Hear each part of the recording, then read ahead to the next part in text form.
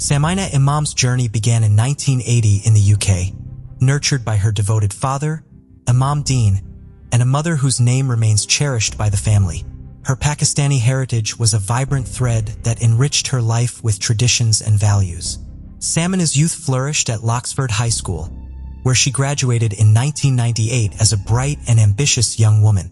Now 34, she found herself in Coventry, working as a marketing manager at Costco.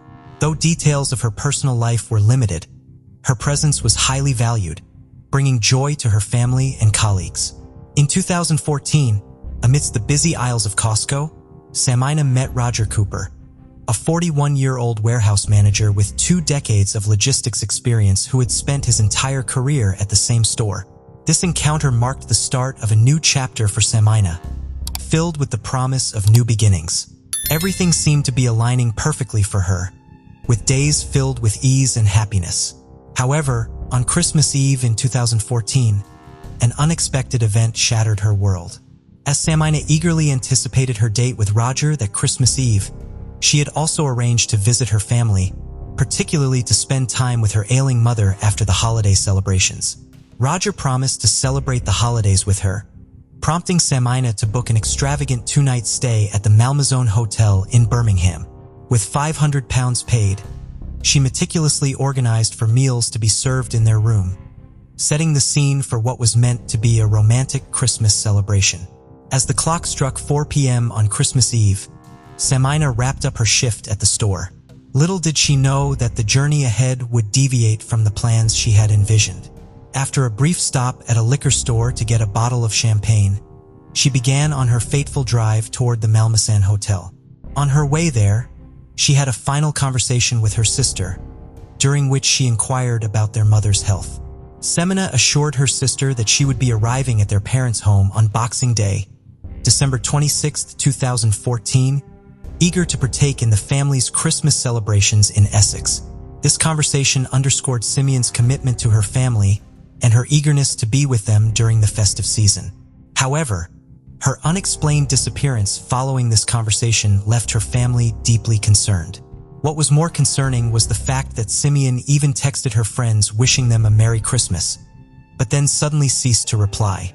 The abrupt halt in communication, coupled with Simeon's failure to fulfill her planned visit, added to the distress surrounding her disappearance. This led to the police being alerted by Samina's family on December 26, 2014. The investigative saga commenced swiftly, and authorities were trying to do everything to get to the bottom of this crime. Media outlets, both local and social, rallied the community, amplifying the search efforts to locate her. Before we dive in, don't forget to subscribe to our new channel, where we uncover captivating and chilling cold cases that will keep you on the edge of your seat. You won't want to miss the twists and turns we have in store. A missing persons report was filed, prompting authorities to step in and join the search. The police talked to Samina's co-workers at the Costco in Coventry, who provided a crucial detail. One retail worker informed police that he last saw her departing the store around 4 p.m. on December 24th. It was the last time she was ever seen alive. Surveillance footage provided glimpses into Simeon's last known movements, leaving her workplace, purchasing champagne, and departing in her car. Despite these visual clues, her precise location remained elusive. The West Midlands Police Department turned to cell tower data, using it to approximate Simeona's whereabouts. On December 30, 2014, investigators traced Samina's movements to Leicester, precisely to the residence of David Cooper, Roger's brother, on Christmas Eve at 5 p.m. At the same time, Roger's phone records showed that he was also in the area. It seemed unlikely that it was a coincidence they were both there at the exact same time, raising questions about why they were there together. As the investigation got more complicated, they wanted to know who Samina was going to meet on Christmas Eve. Their attention zeroed in on Roger Cooper, the person she was supposed to spend the evening and the next night with. Roger Cooper was brought in for questioning on January 1, 2015. Now he was the main person the investigators were looking at closely. While they were questioning Roger for details, a new piece of information emerged. Remember how Samina's last mobile signal led to David Cooper's location? investigators considered interviewing David Cooper at the same time. While probing David Cooper's possible involvement, the investigators couldn't ignore a nagging question. If Samina and Roger had already booked hotel rooms, why were they at David's house? This added layer of mystery intensified the suspicion surrounding the case. Before diving deeper into the story, understanding the Cooper brothers' backgrounds becomes important. Their lives and connections might be essential in understanding the mystery surrounding Samina's case. Let's start with Simeon's Christmas Eve date, Roger Cooper. He was born in Leicester around 1973 and excelled as a manager at the Birmingham Costco warehouse. He was admired for his leadership. However, beyond this public role, Roger led a secretive life known only to a few, juggling multiple affairs, including one with Samina Imam and another unnamed Costco employee. He maintained a long-term relationship with his partner, Mira Chavda. Shockingly, Samina was unaware of his long-term commitment. This hidden reality exposed a more complicated and problematic side to Roger than anyone had realized. Roger's carefully constructed facade began to crumble when Simeon discovered the shocking truth. Learning through a coworker about Roger's other relationships shattered her trust as it revealed a web of deceit and hidden liaisons. Now turning our attention to Roger's brother, 39-year-old David Cooper, he added a surprising twist to the unfolding mystery. David, a former soldier, managed a cafe and worked as a doorman. Intriguingly, Simeon's last cell phone signal led investigators to David's address in Leicester. The bond between Roger and David extended beyond family. They shared a close-knit relationship. The brothers shared a mutual love for Star Wars, often using cryptic phrases from the movies to communicate with each other, either referring to the lore of the movies or events from their daily lives. That being said, it's here that the real puzzle surfaces. Did David share any connection with her? These questions loomed large over the investigation, casting a shadow of uncertainty over the ties between Samina, Roger, and now his brother David. Let's look at the dynamics of Samina Imam and Roger Cooper's relationship. Was it genuine, or was Roger merely using her? At first glance, Roger and Samina appeared to be just another couple, sharing laughter, secrets, and what seemed like genuine affection. Their connection was filled with playful banter and affectionate moments, a facade hiding the grim reality beneath the surface. Little did Samina know that she was just another woman in Roger's life. Despite his long-term commitment to his partner, Mira, Roger found comfort in clandestine moments with Samina. At least that's what Samina was made to believe. Initially, she didn't know that he was having a third relationship with another woman in the same store. Their relationship was shrouded in secrecy due to strict company policies against workplace relationships. Yet their bond grew stronger, blurring the lines between right and wrong, until Samina found herself hopelessly entangled. She saw a future with Roger, a peaceful life together, but there was a catch. He was already entangled in multiple relationships. Despite the red flags, Samina clung to the hope that Roger would leave his family for her. As their relationship deepened, Samina's desperation for a settled life intensified. She confronted Roger, issuing an ultimatum towards the end of 2014: divorce his wife or lose her forever. The facade of their perfect relationship shattered when Samina discovered Roger's infidelity, another lover hidden in the shadows of their workplace. Enraged and betrayed, she threatened to expose their affair to his wife and their employer. Roger, adept at manipulation, managed to soothe Samina's anger, convincing her of his loyalty and promising to file for divorce after the holidays. He also said they'd go away on Christmas Eve for 2 nights. It was at the very beginning of this ill-fated trip that Samina disappeared. Now diving into the investigation, the police had their sights set firmly on Roger Cooper and were also wondering about the involvement of his brother David. On January 4th, 2015, Samina's car was found in Luton, about 65 miles away from Coventry. Her handbags, suitcases, and items she brought were missing. The lack of fingerprints made investigators suspicious, but there was another interesting detail. The driver's seat was adjusted for someone taller than Samina, possibly over 6 feet. This suggested that someone else used the car after her shopping trip. Additional evidence that the police found that pointed their suspicions towards the brothers involved multiple automatic number plate recognition hits tracking their vehicles between Coventry and Leicester. A Bellini bottle, purchased by Miss Imam on Christmas Eve in Coventry, was discovered in David's home fridge. While Roger was Samina's date, the presence of the bottle in David's house raises the question: how did the bottle end up at David's house? These details added complexity to the investigation. During the investigation, the brothers, David and Roger, firmly denied any involvement in the crime, but their text messages told a different story. He used cryptic phrases from the movies to communicate secretly. Phrases like Death Star complete, stay on target, and you are expected, Vader hinted at a hidden plan. One particularly puzzling French message roughly translates to there's no point, no score. The window of opportunity is closed, which caught attention. The message hinted at a closed opportunity or a mischance. The detectives interpreted their Star Wars messages as alluding to Miss Imam's abduction and murder. While the majority of their exchanges appeared to center around Star Wars, another concerning detail caught attention: David Cooper's eBay purchase history.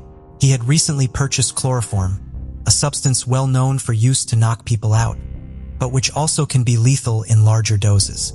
When coupled with Samina's missing car and the various intriguing details, the plot thickened.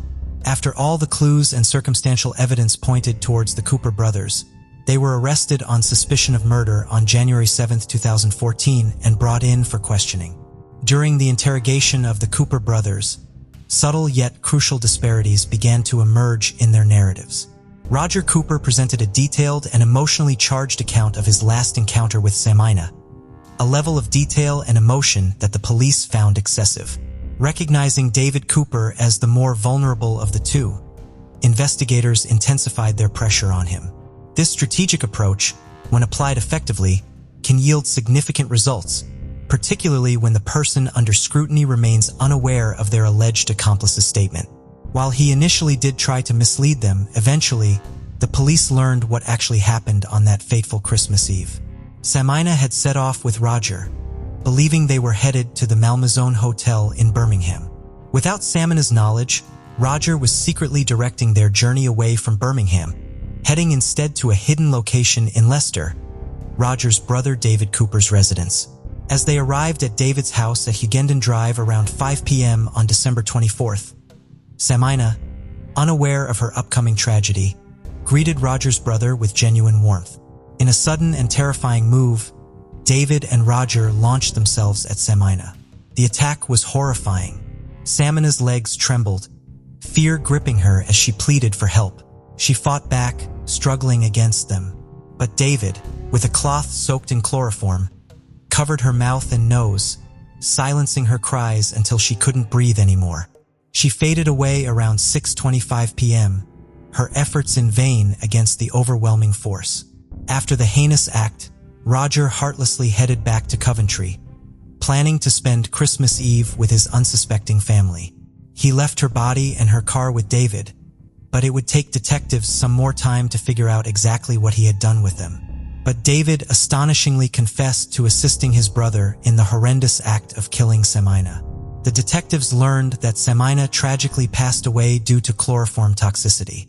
Investigators discovered compelling evidence in David's eBay purchase history, indicating a purchase of 200 milliliters of chloroform for £12, which he alleged never arrived. Further inquiries revealed David's movements, retrieving Samina's BMW from Coventry on Boxing Day and later abandoning it in Luton. He meticulously wiped away any fingerprints and DNA from the vehicle using a cleaning agent, methodically covering his tracks. Later, he also reveals how he tried to hide Samina's lifeless body, the callous act of killing someone and then referring to them as this thing speaks volumes about the perpetrator's lack of empathy and respect for human life. Such an act speaks to a disturbing level of dehumanization where the victim was stripped of their individuality and reduced to a mere object.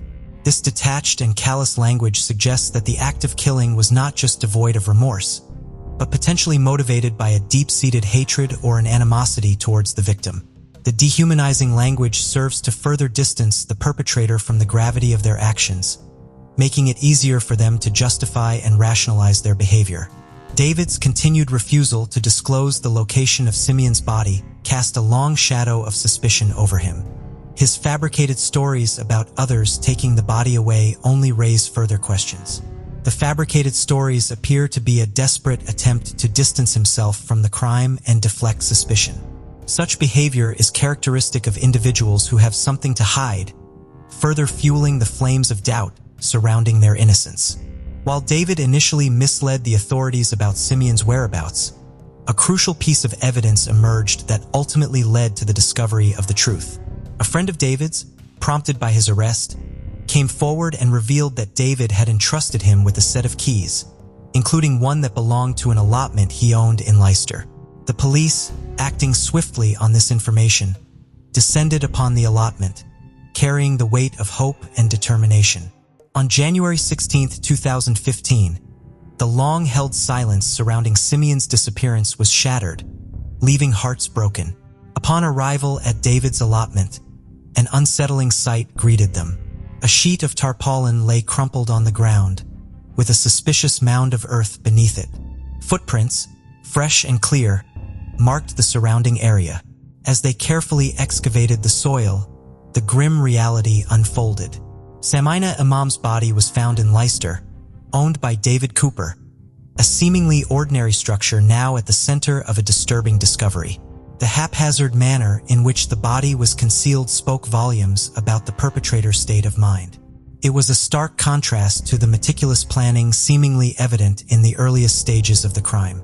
The haste and lack of proper concealment suggested that their focus was solely on the act itself, with little thought given to evading detection or ensuring a successful cover-up. This botched attempt ultimately led to their undoing and exposed the truth to the light of justice. Most disturbingly, Samina's body was found wrapped in cling film and a sleeping bag that belonged to David Cooper, serving as concrete evidence of his involvement in this tragic crime. Adding to the grimness was a sign hanging on the shed, its message blunt: "Don't wind me up. I'm running out of places to hide the bodies." The West Midlands police investigation was determined and thorough. They followed every lead carefully, leaving no stone unturned, and pieced together the events leading to Samina's tragic end. What made this ordeal particularly unsettling wasn't only the discovery of Samina's remains.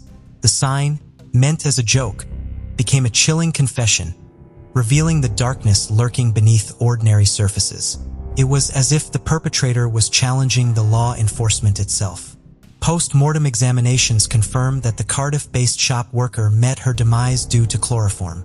Additionally, a peculiar mix of metallic elements, antimony, cadmium, tin, mercury, and arsenic, was likely administered to Samina Imam in a liquid form. During the 8-week trial, the chilling truth emerged. Roger Cooper carefully planned to silence Samina Imam for months, fearing she would expose their affair. The brothers, 41-year-old Roger and 39-year-old David Cooper, remained composed during their trial, avoiding eye contact as the jury unanimously convicted them at Birmingham Crown Court.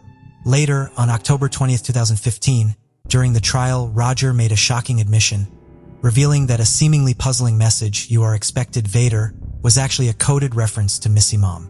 He claimed it was part of a surveillance effort to determine if she was involved with someone else. But the truth was the brothers' first attempt to harm Samina Imam took place way before in December at Soil Hill Premier Inn. Samina was a regular guest and planned to spend the night there following a Christmas party. Under the guise of a surprise, Roger had instructed Samina to meet him at the hotel, claiming to have booked a room for them. However, the surprise was a lie. No room had been booked, and Roger wasn't planning to be there.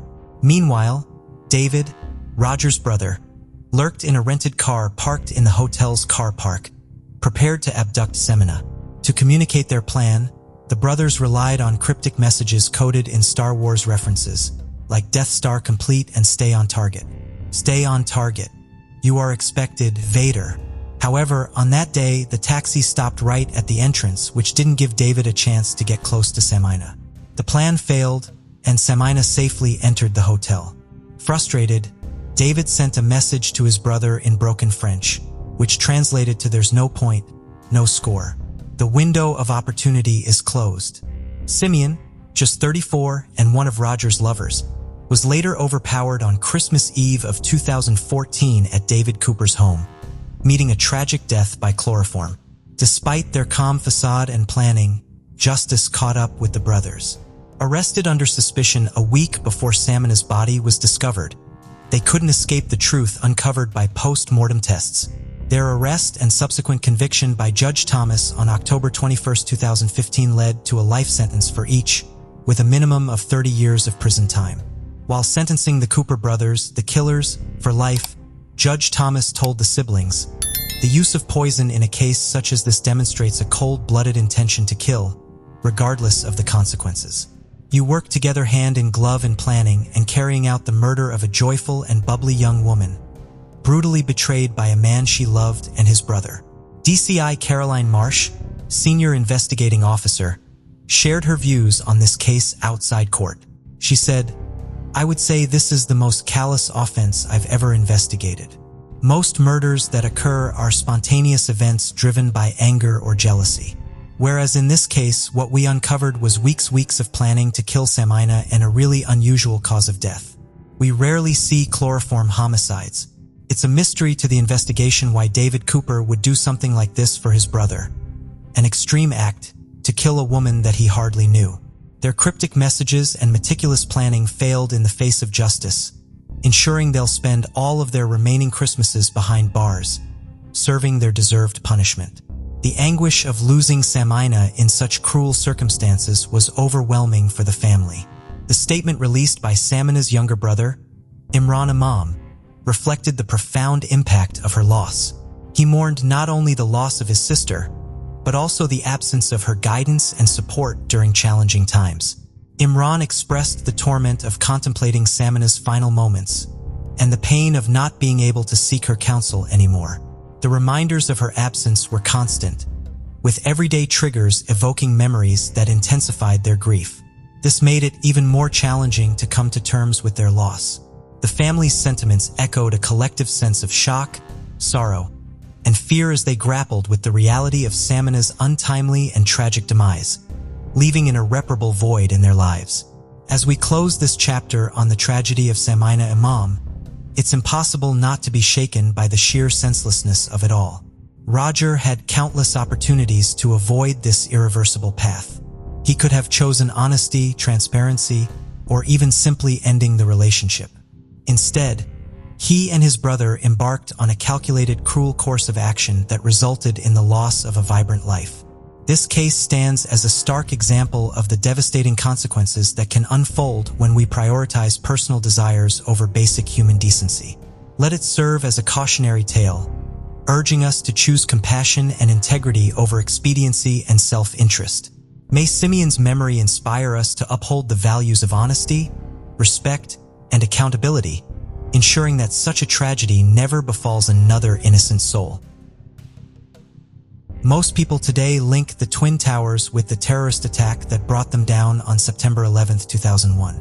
However, fewer are aware that this was the second terrorist attack on the World Trade Center. On February 26, 1993, a bomb detonated inside a van parked in an underground garage near the North Tower. The explosion created a crater that was 150 feet wide and 5 stories deep, injuring over 1,000 individuals. 6 people lost their lives, including Monica Rodriguez Smith, who was late in her pregnancy with her first child, a boy named Eddie. That day was her last at work before starting her maternity leave. 6 Islamic fundamentalists were eventually convicted and sentenced to life in prison for their roles in the bombing, while a 7th remains at large. The bombing surprised many, but not Rick Rescorla, the director of security for the financial firm Dean Witter, based in the South Tower. As a veteran, Rick applied his military training to his work, demanding strict discipline from his security team and constantly monitoring his environment for threats. This vigilance heightened during the Gulf War, which began in 1990. Rick concluded that the greatest risk to the World Trade Center was an unguarded entrance ramp to an underground parking garage near a load-bearing column. He managed to secure a meeting with a security official from the Port Authority of New York and New Jersey, which oversaw the World Trade Center. Rick warned about the vulnerabilities of this area, emphasizing how easy it would be for terrorists to introduce a truck bomb that could cause significant structural damage. The official dismissed Rick's concerns, instructing him to focus solely on security within the offices leased by his company. When Rick's warnings were validated by the 1993 bombing, panic erupted in the Dean Witter offices. Rick climbed onto a desk and threatened to drop his pants if everyone didn't calm down and pay attention. The other employees were stunned into silence and followed Rick's instructions for an orderly evacuation. Rick did not leave the building until it was completely evacuated. Following the 1993 attack, Rick began his own investigation into who could have been responsible for it so as to improve security for his company's offices, bringing on his old friend from his military days, Dan Hill, to work as a consultant. They ultimately concluded that the threat of terrorism would only increase and that the World Trade Center would almost certainly be targeted again. The Twin Towers were too symbolically significant as the highest buildings in New York City and an important symbol of American enterprise. While the 1993 attack did not bring down the Twin Towers as the terrorists had hoped, Rick believed that their failure would not deter others who would eventually find a way to bring the towers down.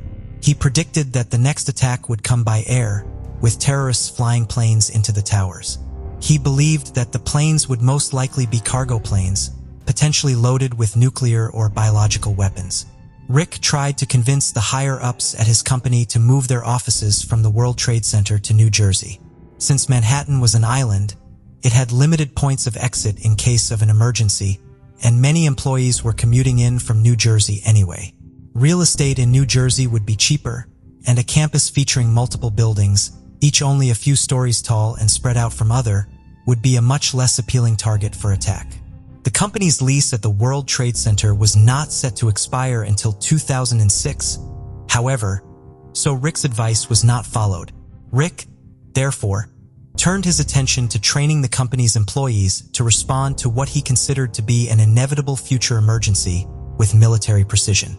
He developed a regimented evacuation plan in which employees would evacuate down the stairwells, floor by floor, in pairs of two, in case someone fell and needed assistance. Rick insisted that full evacuation drills be carried out every few months, no matter how inconvenient their timing might be, and used a stopwatch to ensure everyone acted with the proper amount of urgency. These drills were not particularly popular. Rick did not particularly care. He did not tolerate the complaints or the jokes made about the drills, and participation in them was mandatory for everyone from the file clerks up to the highest levels of management. He would pull stockbrokers away from important trades and executives away from multimillion-dollar deals, caring more about the preparedness of those he was responsible for than the quickly changing nature of the stock market. Rick remained with Dean Witter through its merger with Morgan Stanley, at which point the company became known as Morgan Stanley, Dean Witter and Company. By 2001, when the company renamed itself to simply Morgan Stanley, Rick held the position of Vice President of Corporate Security. Rick had been born Cyril Richard Rescorla in Hale, a port town in Cornwall in the southwest of England. He left home in 1956 at the age of 16 to join the army. He enlisted in the British Army the following year, training as a paratrooper and then serving as an intelligence officer in Cyprus from 1957 to 1960. He then spent 3 years as a member of the Northern Rhodesia Police, serving as a police inspector with British colonial forces there.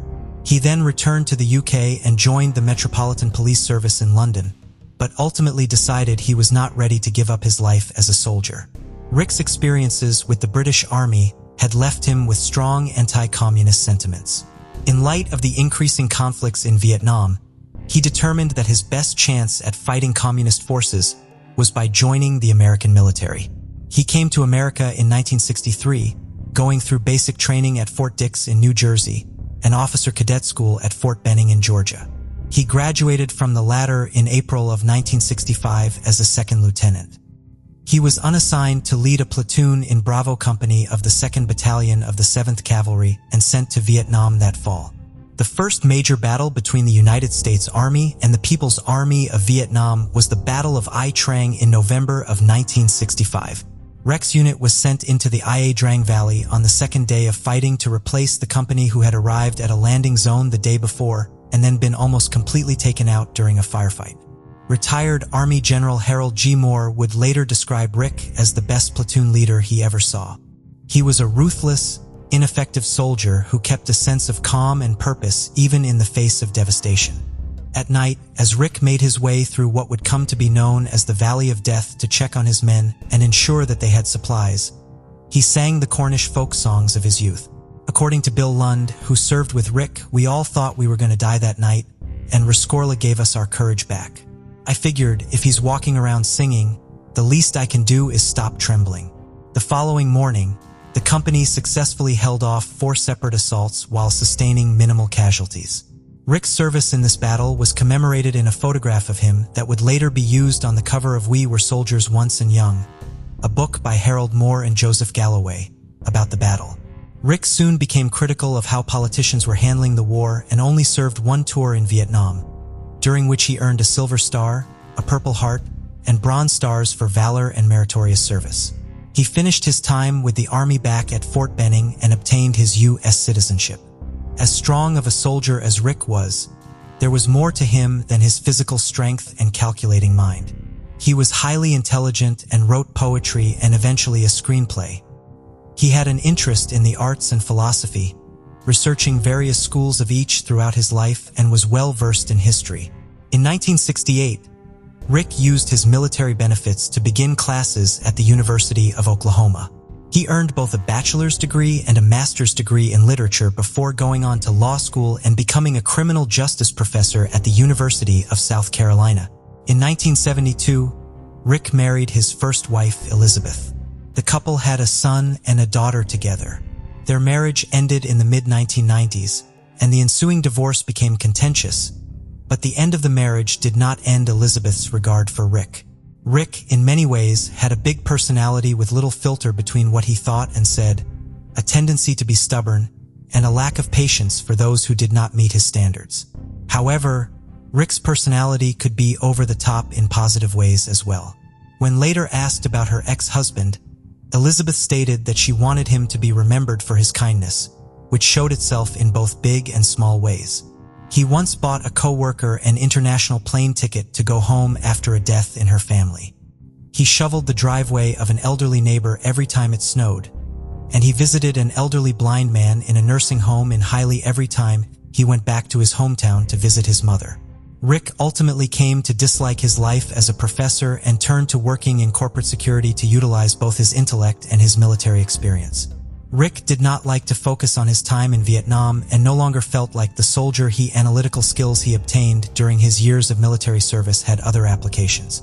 He had a few jobs in the field before coming to work for Dean Witter in 1985. The late 1990s brought a great number of significant events in Rick's life. He was diagnosed with prostate cancer that had spread to his bones and given 6 months to live. Despite his doctor's initial assessment, his cancer went into remission. In the ensuing years, he began studying Zen Buddhism and Greek philosophy. In February of 1999, he married his second wife, Susan. They had met the previous July while Rick was out jogging, and Susan questioned him as to why he was doing so barefoot. He replied that he needed to know how it felt to run without shoes on for a play he was writing. That play was based on his time in northern Rhodesia, where many of the residents regularly went barefoot. Rick was not supposed to be in the United States, much less at work. On September 11, 2001, his stepdaughter was getting married in Italy, and he and his wife, Susan, had planned to arrive early so that they would have more time to spend in the country. Rick was going to take the full week of September 10th off, but his deputy also wanted that time off to visit family in Lebanon. Rick let him have those days off instead. Rick was therefore in his office on the 44th floor of the South Tower when American Airlines Flight 11 was flown into the North Tower at 8:46 a.m. Initially, those inside the South Tower were ordered not to evacuate, with messages coming over the loudspeakers throughout the tower telling everyone to stay where they were. Rick Rescorla did not care about what the official orders were. He immediately recognized that those in the South Tower were not safe and began the evacuation he had forced Morgan Stanley's employees to practice so many times. Within minutes of the plane hitting the North Tower, thousands of Morgan Stanley employees working on the 44th to 74th floors of the South Tower began evacuating. 1,000 Morgan Stanley employees working in nearby Building 5 of the World Trade Center also began evacuating. While he was in the process of overseeing the evacuation, Rick made a short phone call to his old friend, Dan Hill. He very colorfully expressed his frustration with the order not to evacuate and the very colorful refusal he had given to the Port Authority when they gave him the order directly by phone. He was going to get the employees he was responsible for to safety, regardless of how the Port Authority wanted him to handle the situation. At this point, Rick had no way of knowing that another plane would soon hit the South Tower. However, he did foresee that the North Tower would soon collapse, and according to what he told Dan Hill during his brief mid-evacuation phone call, he believed that the North Tower could take the South Tower down with it. Rick had correctly predicted that the Twin Towers would be attacked again following the 1993 bombing and accurately anticipated many aspects of the planned terrorists enacted on September 11th. While he did not foresee every last detail correctly or why evacuating when he did, despite the direction from the Port Authority, was necessary, he was correct in his assertion that evacuating from the South Tower immediately after the plane crashed into the North Tower was needed to save lives. By the time the South Tower was directly attacked at 9:03 a.m., just 17 minutes after the attack on the North Tower, all of Morgan Stanley's employees were in the process of evacuating, and many of them were already outside the building. According to witnesses, Rick remained calm as he oversaw the evacuation. He used a bullhorn to give instructions and handle problems. He also used it to reassure everyone. He told them that it was a good day to be proud to be an American and that the whole world will be talking about them soon. He also sang over the bullhorn, singing both American patriotic songs like God Bless America and the Cornish songs of his youth, as he had done years before on the battlefields of Vietnam. After overseeing the evacuation of Morgan Stanley's employees in the South Tower, Rick did not evacuate himself. Instead, he remained inside the building looking for stragglers and people who needed help getting out. After Morgan Stanley's evacuation was complete, someone told him to get out of the building as well, to which Rick replied, "You hear those screams? There's more people up there. I have to help get them out." He was reportedly seen as high up as the 72nd floor looking for people to help, working his way back down floor by floor. During this time, Rick called his wife, Susan, and told her, "Stop crying. I have to get these people out safely. If something should happen to me, I want you to know I've never been happier. You made my life." Shortly before the South Tower collapsed, a regional manager from Morgan Stanley saw Rick helping someone in the 10th floor stairwell. He told Rick he needed to get out of the building. Rick again promised he would leave as soon as everyone else was out of the building. He did not get the chance to before the tower collapsed. Rick had always been uncomfortable with any description of him or any other soldier who survived the Vietnam War as a war hero. He once told his wife, Susan, the real heroes are dead. By his own definition, Rick became a hero on September 11, 2001, at the age of 62. Morgan Stanley had over 2,700 employees in the South Tower that day, and all but 6 of them survived, thanks in large part to Rick Riskela's efforts on and before the day of the attack. 3 of the dead were Rick and his 2 security officers, who stayed back with him. Rick's body was never recovered from the rubble of the South Tower. He had always told his wife, Susan, he did not want a large funeral. He loved to visit a bird sanctuary in New Jersey, particularly to see the eagles in its care, and he had once asked Susan to make a donation to the sanctuary in his name if she wanted him memorialized in some way after his death. Susan honored this request, and a plaque honoring Rick was installed outside of the eagle cage. Rick has also been memorialized multiple times in both his native and adopted countries, with new honors still being bestowed upon him in 2023. On the first anniversary of his death, a granite memorial was unveiled across from his childhood home in Hyley. The memorial was funded in large part by donations from members of the community. A family-owned brewery also brewed a special beer and gave the profits from its sale to the fund. In 2009, a memorial to Rick was unveiled along the Walk of Honor at the National Infantry Museum and Soldier Center at Fort Benning in Georgia. In 2019, Rick was posthumously awarded the Presidential Citizens Medal by President Trump. Susan Roscorla accepted the medal from him at the White House on Rick's behalf. That same year in England, the Great Western Railway named a new intercity express train after Rick following his nomination for the honor by a public poll. In March of 2023, The Rick Risquarilla walkway was unveiled in Hale along a section of seafront where Rick had played as a boy. Rick's children traveled to Cornwall for the dedication. Walbrick did not desire a lot of attention for himself. It was very special for his children that he is still remembered in his hometown, which he remained so proud of throughout his life. Willie James Howard, born on July 13, 1928, in Suwannee County, Florida, was the cherished only son of James and Lula Howard. From a young age, he stood out as a bright, cheerful, and talented boy. By the time he was a sophomore in high school, his friends recognized him for his impressive singing abilities. Willie was the kind of happy, likable, and gifted kid that anyone would want as a friend, always dressed neatly and well-groomed. His politeness defined him. He treated everyone with respect, from his peers to the elders in the community. This kind demeanor won him many admirers, especially among the local girls. A retired teacher from La Francis Stevens, the African-American school Willie attended, described him as an exceptionally respectful and genuinely kind young man. She noted that if he saw someone approaching, he would graciously step aside. Although she never had the opportunity to teach him since her focus was on girls, she was always struck by his joyful spirit and musical talent. Willie lived with his parents, who both worked hard, yet it was challenging for them to afford nice clothes and shoes for him. This was particularly disheartening for them, as Willie loved to dress well and sometimes had to ask others for clothing. Despite their efforts, it was difficult to provide him with stylish outfits. For such a bright and beloved boy, his family lived a humble yet peaceful life. In 1943, at just 15 years old, Willie landed a seasonal job as a delivery boy at the Van Priest 5 and Dime store in downtown Live Oak during the Christmas holidays.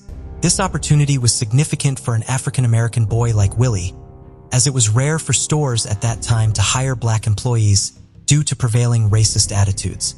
The store also employed some Caucasian workers, and Willie broke stereotypes, standing out as he didn't fit the typical image of a poor African-American youth from his neighborhood or the Deep South during that era.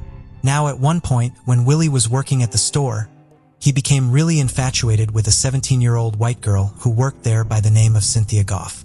Willie, the quiet observer, used to watch Cynthia from afar, but never gathered the courage to talk to her. Now Willie, being his always nice self, decided to spread some holiday cheer. It was the festive season and everyone was in a joyful mood with family and friends. So Willie took a sweet initiative and sent Christmas cards to all the female co-workers at Van Priest store, wishing them health and happiness. So after spreading the joy with Christmas cards for everyone, Willie was on cloud 9, but his happiness didn't last long. Why? Well, it turned out that one of the store employees spilled the beans that Cynthia, the girl Willie had a crush on, was actually upset about getting a card from him. When Willie heard that Cynthia was upset, he got restless because he never wanted her to feel down. In an attempt to fix things, he decided to send her a personal letter. But little did he know, this well-intentioned move would turn out to be the biggest mistake of his life. In the letter he wrote, "Dear friend, just a few lines to let you hear from me. I am well and hope you are the same. This is what I said on that Christmas card from WJH with L. I hope you'll understand what I mean. That is what I said now. Please don't get angry with me because you can never tell what may get in somebody. I did not put it in there myself. God did. I can't help what he does. Can I? I know you don't think much about our kind of people, but we don't hate you all. We want to be your friends, but you won't let us. Please don't let anybody see this. I hope I haven't made you mad. If I did, tell me about it and I'll forget about it. I wish this was a northern state. I guess you call me fresh. Write and tell me what you think of me, good or bad. Sincerely yours, with L from YKW to Cynthia Goff. I love your name. I love your voice. For ASH, you are my choice." In the letter to Cynthia, Willie spilled his feelings, sounding like he was asking her to be friends. He wrote, "I know you don't think much of our kind of people, but we don't hate you. We want to be your friend." It's like he sensed that Cynthia might not be too keen on hanging out with people like him. But Willie was still hopeful. Even if Cynthia hadn't been the friendliest to people of his race, Willie, being the hopeful romantic, didn't want to give up on trying because he really liked her. So at 15, Willie had a pretty clear picture of what he wanted in life, and he understood every word he wrote in that letter. It also gives us a peek into Willie's mindset and a glimpse of how some people, not just in his town but all over the country, were thinking during those times. But one thing Willie probably didn't know was that Cynthia's dad was Alex Goff, a respected former member of the Florida House of Representatives. Now we're not sure if Cynthia told about the letter or if Mr. Goff found the letter himself. But on January 2nd, 1944, when he read Willie's letter that he gave to Cynthia, he got seriously angry. Mr. Goff wasn't exactly the hangout with any African-American kind of person. Imagine his shock when he found out that an African-American guy, Willie, had written a letter to his daughter. For Mr. Goff, this was like a total challenge to him and almost a crime in his eyes. So being extremely furious, he rounded up his friends, Reginald H. Scott and Selden B. McCullers, and the three of them decided to pay Willie a visit at his house, supposedly to question him about the letter. But they weren't just armed with questions. They were also armed with guns and other weapons in tow. It seemed like their intentions might have been more than just normal questioning with Willie, but they were planning something more serious. As Mr. Goff and his friends were on their way, Willie, who was still busy with his work at the dime store, got some unsettling news. A fellow employee informed him that 3 white men were heading to his house looking for him. This news got Willie seriously scared, especially since he knew his mom, Lula, was home alone, and he knew what those men could really do. So without wasting a moment, he rushed back home to ensure his mother's safety. As soon as Willie got home, he quickly started telling his mother about the letter and everything that happened and why these men were coming to their house. But before he could finish, at around 10 a.m., those 3 men stormed into his house and started to forcefully pull him away. When Lula saw what was happening, she did everything she could to protect Willie, pleading with them to let him go. She cried, begged, and tried to reason, but Mr. Goff seemed totally consumed by anger and was unwilling to listen to anything. That's when things took a terrifying turn when Mr. Goff pulled out a pistol and aimed it at Lula's head. He demanded that she hand over Willie to them. Being terrified and caught in an impossible situation, Lula reluctantly let the men take Willie away. As the cars drove off with her son, Lula ran after them, crying and screaming for them to let him go. But they didn't stop.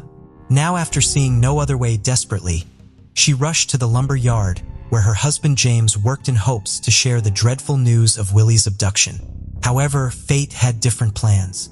Before she could even reach there, Mr. Goff and his 2 companions showed up with guns in hand and ordered James to get into the car with them. Now, by the time Lula reached the lumberyard, it was too late. Those men had already taken her son and husband. But there she met the lumberyard owner's wife, who spilled the details about everything that went down and how those 3 men took James with them. From there, the car drove out of town towards the Suwannee River, reaching a bluff in Sulphur Springs. Once they reached the high bank of the river, Mr. Goff had Willie and his father step out of the car. That's when he explained to James about everything Willie was accused of doing.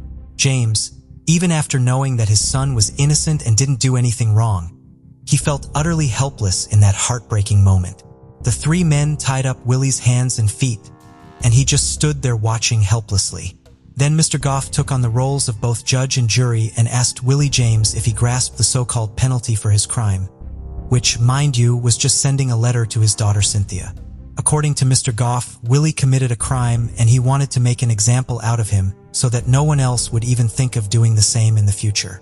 Being terrified, Willie tearfully replied, "Yes, sir," as he faced this bizarre trial, weeping all the while.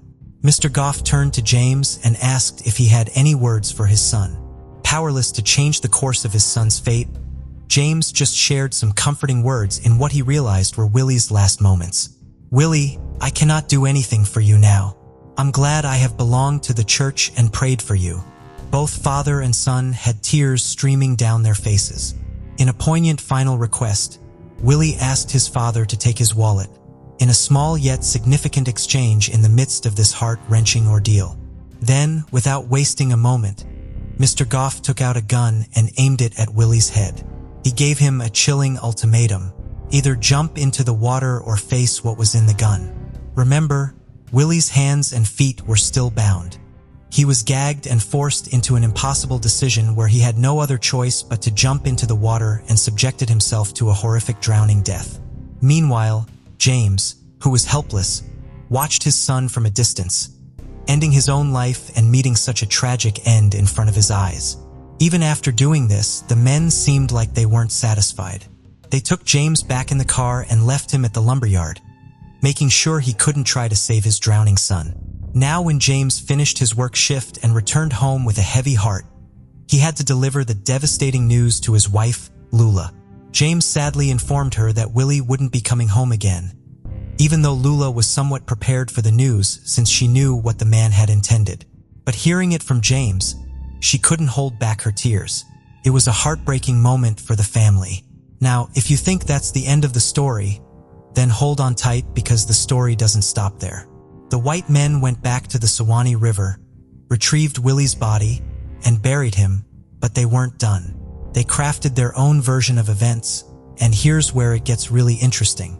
Mr. Goff, being a representative with some serious power, headed straight to Tom Henry, the sheriff of Suwannee County in 1944. There, the three men gave Sheriff Tom a written statement in which they shared their side of the story. According to them, they picked up Willie James from his house and brought him to his father, James, with the intention of having his father whip him over the letter. Further, they claimed that upon reaching the river, Willie actually resisted his father's attempt to discipline him. According to them, in his struggle to break free, Willie accidentally fell into the river and drowned himself. They insisted that they tried hard to rescue him while his father supposedly stood by, doing nothing. It was a strategic move on their part, telling their version of events in advance because they knew that the sheriff would believe them more than the Howard family. It was done to secure their innocence and avoid being suspected of Willie's death. But the question was, even if Sheriff Tom decided to buy into the story that Willie drowned himself, why didn't he slap them with a kidnapping charge, even though they themselves had straight up admitted that they grabbed the boy from his house? Even back in Suwannee County in 1944, it was against the law to forcibly take a child from his mother. Yet the white community seemed to swallow the story hook, line, and sinker. In their eyes, the African-American boy's demise was just a tragic accident. In reality, Willie was kidnapped, murdered, and buried within a mere 24 hours without leaving a proper grave marker. Sadly, Willie's case wasn't the only one, and he wasn't the only African-American boy to endure such cruelty. In August 1955, another tragic incident unfolded in Florida with Emmett Till, a 14-year-old African-American boy who faced lynching at the hands of 3 white men, all because he supposedly got physical with a white woman. Racism has been around for a long time and, unfortunately, it still exists in many parts of the world. Many cases of lynching have remained hidden which never came to light, and the stories often go unheard. Willie's case would have also been one of those cases, and no one would have ever known until one day, fate took a turn. Elbert C. Robinson, an African-American attorney from Live Oak, then in 1944 living in Washington, D.C., came home for the holidays. There, he heard from the owner of the lumberyard about an African-American child being lynched, and he was so disturbed by this injustice that just 2 days after Willie's murder, on January 4, 1944, Robinson wrote a letter to the NAACP in Washington, D.C. Little did he know that this letter would set in motion the involvement of Thurgood Marshall, who in 1944 became the first African-American person to serve on the United States Supreme Court, ensuring Willie's story wouldn't be buried in silence. The letter dated January 4, 1944 stated, "While visiting in Florida during the Christmas holidays, one of the most gruesome cases imaginable was called to my attention. The people who relayed the facts in this case to me asked that I withhold their names, but implored me to get the facts in this case through to the NAACP as soon as possible. It appears that the conditions there are so tense that the colored people, high and low, are so frightened that they are afraid to have their names identified with cases of this type." After reading that impactful letter, Attorney Robinson not only shared the names of those he'd spoken to, Willie's father, James Howard, the African-American undertaker, Ansel Brown, Reverend R.M. Lane of Live Oak, and Mr. McPherson, the principal of Willie's school, but he also made a request to not publicize these names. Attorney Robinson's intervention actually sparked action into Willie's case. The NAACP sent letters to Florida Governor Holland, urging an investigation into Willie's killing. This move marked the first step toward justice for Willie. The governor also appointed Special Investigator David Lanier from Florida Law Enforcement Agency and instructed him to provide a discreet report on the matter. The wheels of justice started turning, albeit quietly. Investigator Lanier wasted no time and went straight to the heart of the matter, interviewing those involved in Willie's case. His interviews included Sheriff Tom, the three men implicated in Willie's death, James, and Luna Howard. However, Luna, in her account to the special investigator, painted a vivid picture. On January 2, 1944, James had left for work at Bon Howell Lumber Company, where Mr. R.L. Howard was his boss. Later that morning, an automobile carrying 3 white men pulled up to my house. From that, 2 white men stood at the gate, in which one was named Mr. McCullough, and the identity of the other man remained unknown to me. The third man was Mr. Phil Goff. Suddenly, Willie walked into the house and Mr. Goff seized him, insisting him to come along. I frantically tried to pull Willie away, begging and asking what he had done. In the midst of this, Mr. Goff produced a revolver, pointing it at me. He forcibly dragged Willie to the car, joined by the other white men, and sped off towards Live Oak. I chased after the car, but it quickly got away from me. Once the interviews were done, Investigator Lanier was convinced that the 3 men were responsible for Willie's tragic end. In his report to the governor, David Lanier straightforwardly stated that the men were guilty of murder if they were guilty of anything. In response, on February 14, 1944, Governor Holland wrote to Thurgood Marshall attaching a copy of Lanier's report.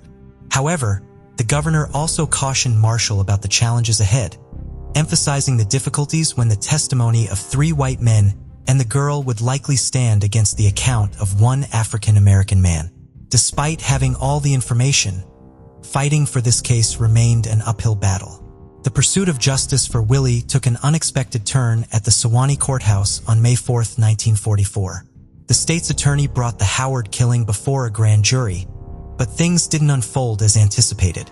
In a surprising twist, the only witness summoned was James Howard, who had relocated to Orlando by then. The grand jury just had 2 questions for him. How old was the boy? Did he personally deliver the letter to Cynthia Goff? Strangely, there were no inquiries about what transpired at the river. Lula Howard and other potential corroborating witnesses were not called. Even the special investigator Lanier was left out. After responding to the 2 questions, James Howard was dismissed from the grand jury proceedings and was left in the dark about any further developments. But why weren't there any questions about those white men? Why weren't there any questions about how Willie died? Why wasn't it important for the state's attorney? In a final push for justice, Harry T. Moore, the head of the state NAACP and a childhood classmate of Lula Howard, made a valiant effort. Moore conducted his own investigation. He gathered affidavits from the Howard family. He organized an NAACP chapter in Live Oak using the Howard lynching as his rallying cry. Hailing from the same settlement outside Live Oak called Houston, Moore felt a personal connection to Willie's case. He teamed up with Marshall, and they both aimed to involve the federal authorities. But despite the compelling arguments presented by Marshall and Moore, the state chose to remain silent, which only added another chapter to the sadly familiar narrative of justice, eluding those who need it most. Following the lynching, Willie James' parents promptly relocated to Orlando, where James Howard passed away a few years later, and Lula Howard lived until 2004. Mamie, Lula's sister, shared in a 2006 interview in Orlando that Lula's heart remained broken throughout her life. Willie was her only child and had left an indelible mark on her, a wound that time couldn't fully heal. Even after decades, some Caucasian individuals in Live Oak continued to cling to the drowning myth. In an interview on October 19, 2006, Susan K. Lamb, the editor of the Sewanee Democrat, the town's newspaper, adamantly stated, "It was not a lynching, it was a drowning."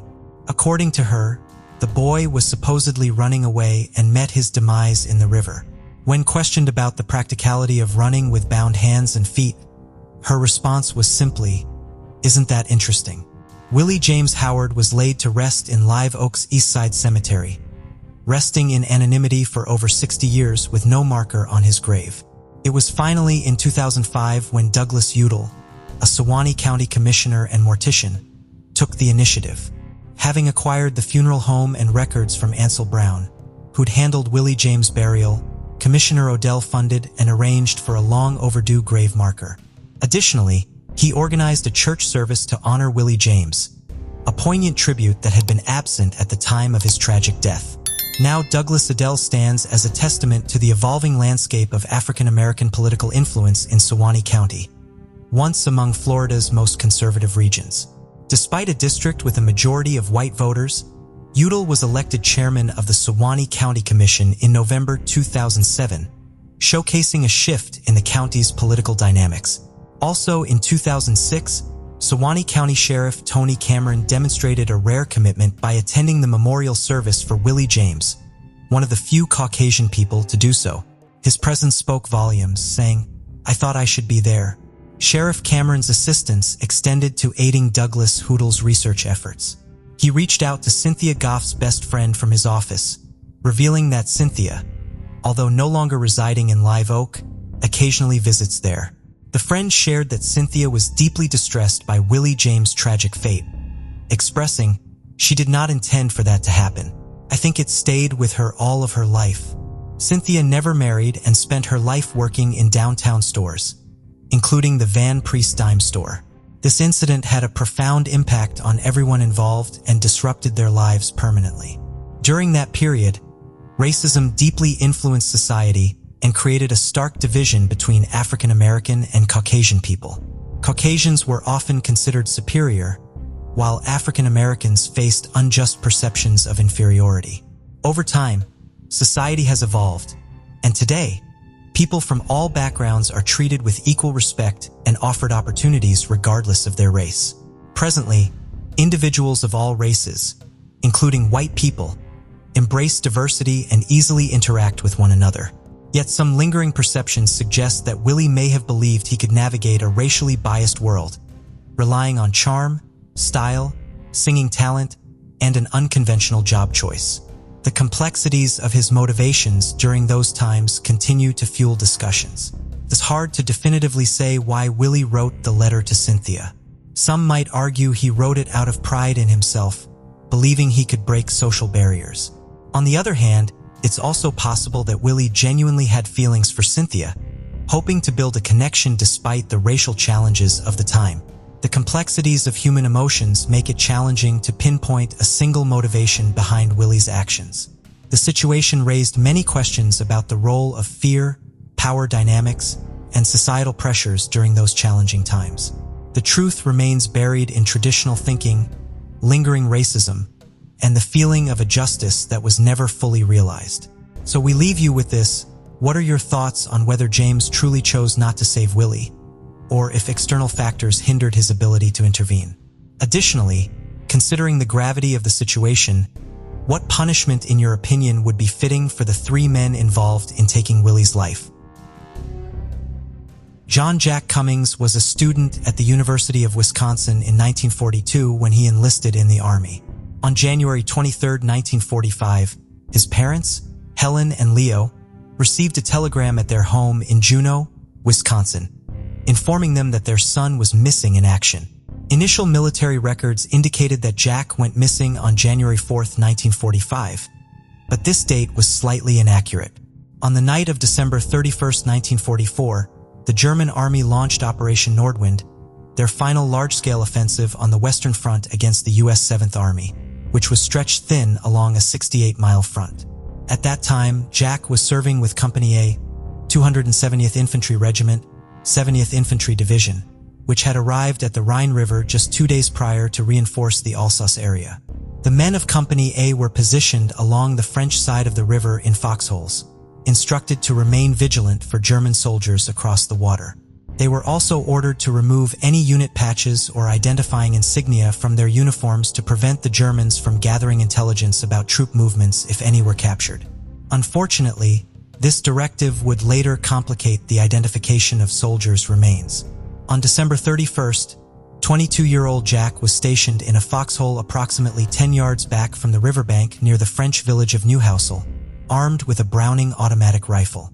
2 of his fellow soldiers saw him there early that night as darkness began to fall, and he reported that he was doing well. Sometime later, however, they heard machine gun fire and rushed back to Jack's position. When they arrived, instead of finding Jack, they found his helmet with a bullet hole in it and a bloody piece of skull. Jack's weapon and equipment were also gone. There were drag marks in the ground down to the river. The Army officially confirmed that Jack was dead in November of 1945. A report from the Army stated, "It can be presumed that Cummings was killed by the enemy and his body thrown into the Rhine River. Further search for the remains of this soldier would be futile." Jack's family was not so easily convinced that finding Jack's remains and having them returned home for burial was a lost cause. They received limited information from the Army as years passed, but tried to be active in the search for Jack's body. In 1947, Jack's mother Helen wrote to the Army about offering a reward in Germany for information that would lead them to Jack's remains. She was willing to pay for such a reward, but was asking for the Army's help in spreading information about the reward within Germany. The Army told Helen that they could not help her. Both Helen and her husband, Leo, would die without seeing their son's remains returned home. Leo passed away in 1963, and Helen passed away in 1972. Jack's younger sister, Mary Ellen, eventually married, and she and her husband had 12 children. According to one of those children, Jack's nephew, Mark Hartzheim, his grandparents rarely discussed his Uncle Jack. They just never talked about this much. That was typical, I think, of people from that generation. They compartmentalized things and internalized them and didn't dwell on them, but I'm sure it haunted them and troubled them the rest of their lives, he told the Washington Post in 2018. It would be Mark who set in motion the events that ultimately led to Jack's remains being identified and returned to the United States. He began doing research on his uncle, and in 2014, he signed up to attend a government-sponsored meeting for family members of missing in action soldiers. Once he did so, a government historian named Ian Spurgeon was assigned to revisit Jack's case. When he began his work on Jack's case, Ian found that Jack's files had not been accessed for decades. He began using these files, the National Archives, and a Defense Palmia Accounting Agency database of locations where the remains of unidentified World War II servicemen had been recovered.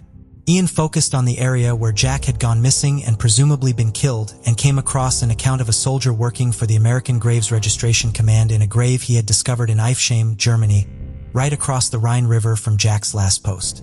In 1946, the mayor of Eifsheim told this soldier that another American soldier was buried in the area. The grave was roughly 30 yards away from the river behind a German pillbox. It was marked with a wooden cross on which was written, in German, "Here lies a fallen USA soldier," and the date of December 31, 1944. The Graves registration soldier was able to speak to a former German soldier who had helped bury the American soldier and still lived in the area. He confirmed that the soldier buried in the grave was an American. The nameless soldier had been killed near Newhousel by members of a German raiding party that had attacked across the river on New Year's Eve of 1944. On May 10, 1946, the remains were exhumed. By this time, only the soldier's skeleton remained, and there were only scraps of his clothing left. No dog tags were found with the remains. Since the soldier could not be identified, the remains were given the designation X-454 and ultimately buried in an American cemetery in France known today as the Lorraine American Cemetery, along with thousands of other unidentified American servicemen. Ian then began the process of filing a request with the Army to exhume the remains in order to scientifically analyze them to confirm if they belonged to Jack Cummings. He conducted further research and eliminated other soldiers as potential matches before making the formal request. The Army agreed to it, and the remains designated as X-6454 were disinterred in October of 2016 and flown to Offutt Air Force Base in Nebraska for testing at a Defense Palmia Accounting Agency laboratory. The bones were examined by anthropologists, and Jack's relatives provided samples of their DNA for comparison. On July 23, 2018, Mark Hartzheim was driving his 7-year-old son to the movies when he received a phone call informing him that the remains had been confirmed to be those of his uncle, Jack Cummings. On October 13, 2018, Jack was buried with honors in Hazelhurst, Wisconsin, next to his parents. His sister, Mary Ellen, who was just 17 years old when her brother was killed, was still alive at age 91 to see her brother finally return home. Lawrence Everett Dixon was born in 1920 and was a native of South Carolina. He loved music and taught himself how to play the guitar. He had a warm and friendly personality, according to those who knew him. Lawrence eventually moved north to New York City and studied chemistry for 2 years at the City College of New York.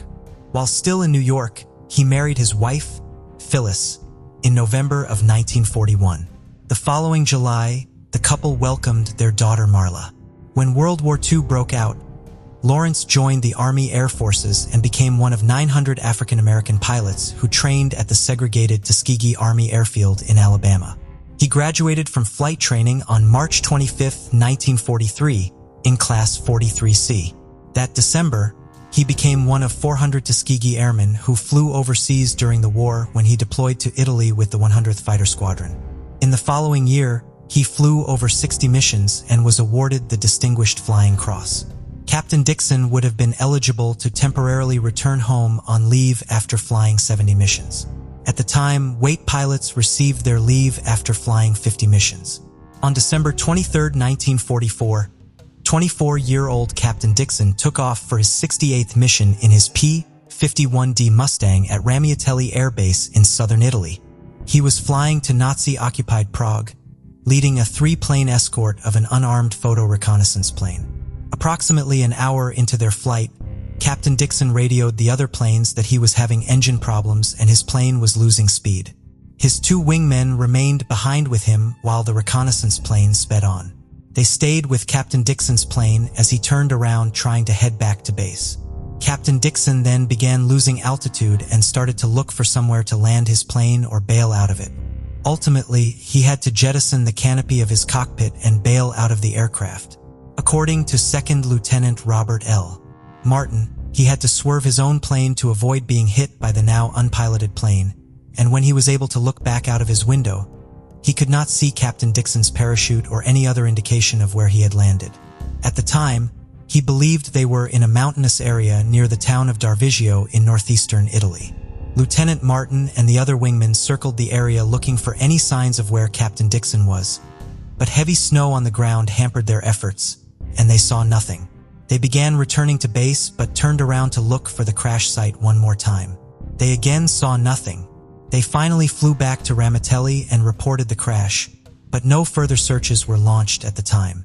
Captain Dixon's wife, Phyllis, was notified that he was missing in action on January 8, 1945. She spent months writing to the War Department asking for updates about her husband. At first, she held out hope that he might still be alive but in need of help, writing, "I can't even sleep for thinking about him being sick somewhere and not having anyone to care for him properly." Months would go by without any information, leading her to say in a July letter, "Please believe me when I say I have been greatly distressed.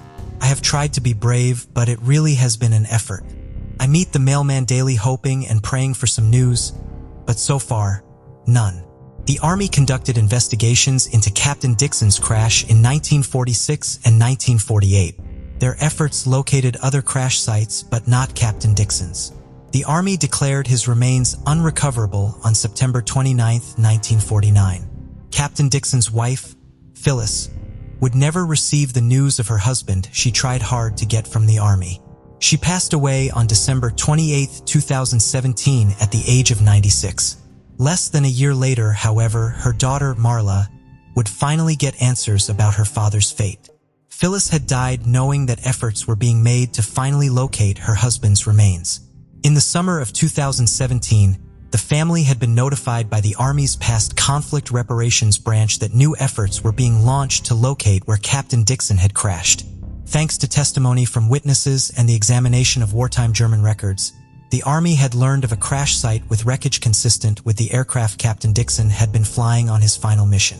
Records showed a crash that occurred on the day of Captain Dixon's crash, but the aircraft in question had not gone down in Italy, as the Army had believed, but just over the Austrian border near Hohenthorn from July 11 through August 8, 2017.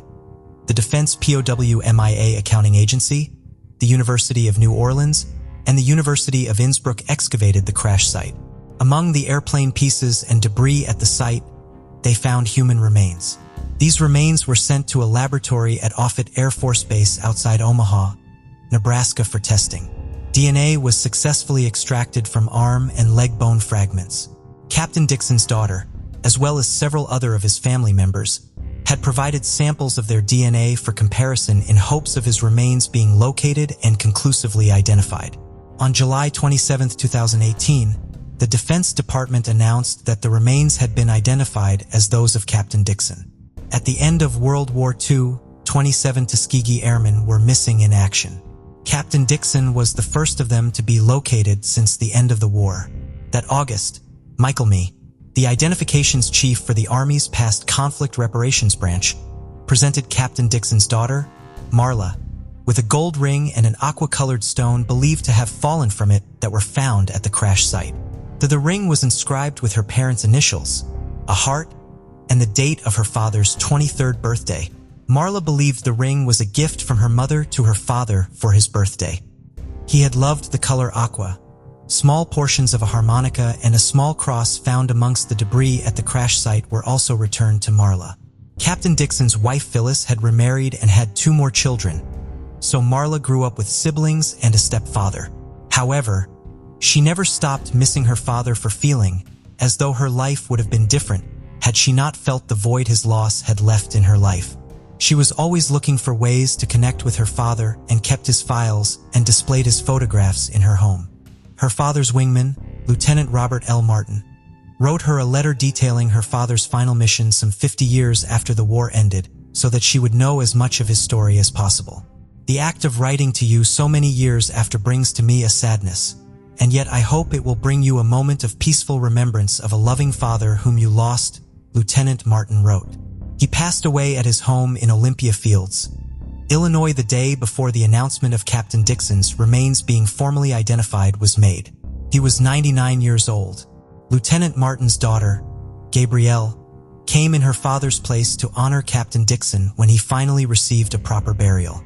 On March 22, 2019, nearly 75 years after his death, Captain Dixon was laid to rest at Arlington National Cemetery. His daughter and the grandchildren he never got to meet were there for the service and to receive the flag from his casket. At the beginning of 1972, 9-year-old Deborah Lynn Randall was a 3rd grader at Pine Forest Elementary School, living with her family in Marietta, Georgia. She loved playing with dolls and was also the star of her neighborhood baseball team. Her favorite teammate was her 10-year-old brother, Melvin. On January 13, 1972, Melvin was feeling unwell, and their mother, Juanita, who was also sick, asked Melvin and Debbie to take the family's laundry to the Duds and Suds laundromat, just half a block from their apartment. Reluctant to go due to his illness and distracted by his favorite TV show, Melvin opted to stay behind. Consequently, Debbie and her stepfather, Frank, headed to the laundromat with the laundry. Debbie wore a new pair of lavender shoes she had received for Christmas and enjoyed visiting the laundromat, where she would often stack empty detergent boxes or bring her Barbie dolls to play with other neighborhood girls. When they arrived at the laundromat, Frank loaded 2 machines with laundry and gave Debbie the change she would need to switch out the loads once they finished. He then went home, expecting her to return by 7:30 asking for help carrying the laundry. As time passed without her return, concern grew, especially with nightfall approaching. Juanita and Frank went to the laundromat to check on her and discovered a spilled box of detergent on the ground next to a Volkswagen parked about 85 feet from the store. Debbie was nowhere to be found. According to some girls who had been folding laundry at the laundromat, Debbie had gone outside at 7:15, telling them goodbye as she left. It soon became apparent that Debbie had been abducted. Debbie's father, John, was notified while he was at his job at the Ford Motor Company plant. The Marietta police were called, and they found small fingerprints on the Volkswagen smudged in a downward direction. Witnesses reported seeing a dark 1950s pickup truck speeding away from the area of the laundromat and driving erratically. Police eventually learned that a 12-year-old girl witnessed the actual abduction. She had not reported it immediately because she believed the little girl she saw a man grab must have been his child who had misbehaved and was being taken home. The man nearly ran her over as he sped away, and she could briefly see him glaring back at her in the truck's rearview mirror as he drove away. Another witness saw a man driving a pickup truck similar to the one later seen speeding away from the scene around 7 p.m. as it parked next to the Volkswagen where child-sized fingerprints were later found. These two witnesses were able to help develop a sketch of the driver. The official search for Debbie involved the Marietta Police Department, the Cobb County Police, and the Cobb County Sheriff's Office. In addition, the people of Marietta joined together to launch Operation Debbie, a massive search effort looking for the little girl. More than 4,000 people were ultimately involved in the search.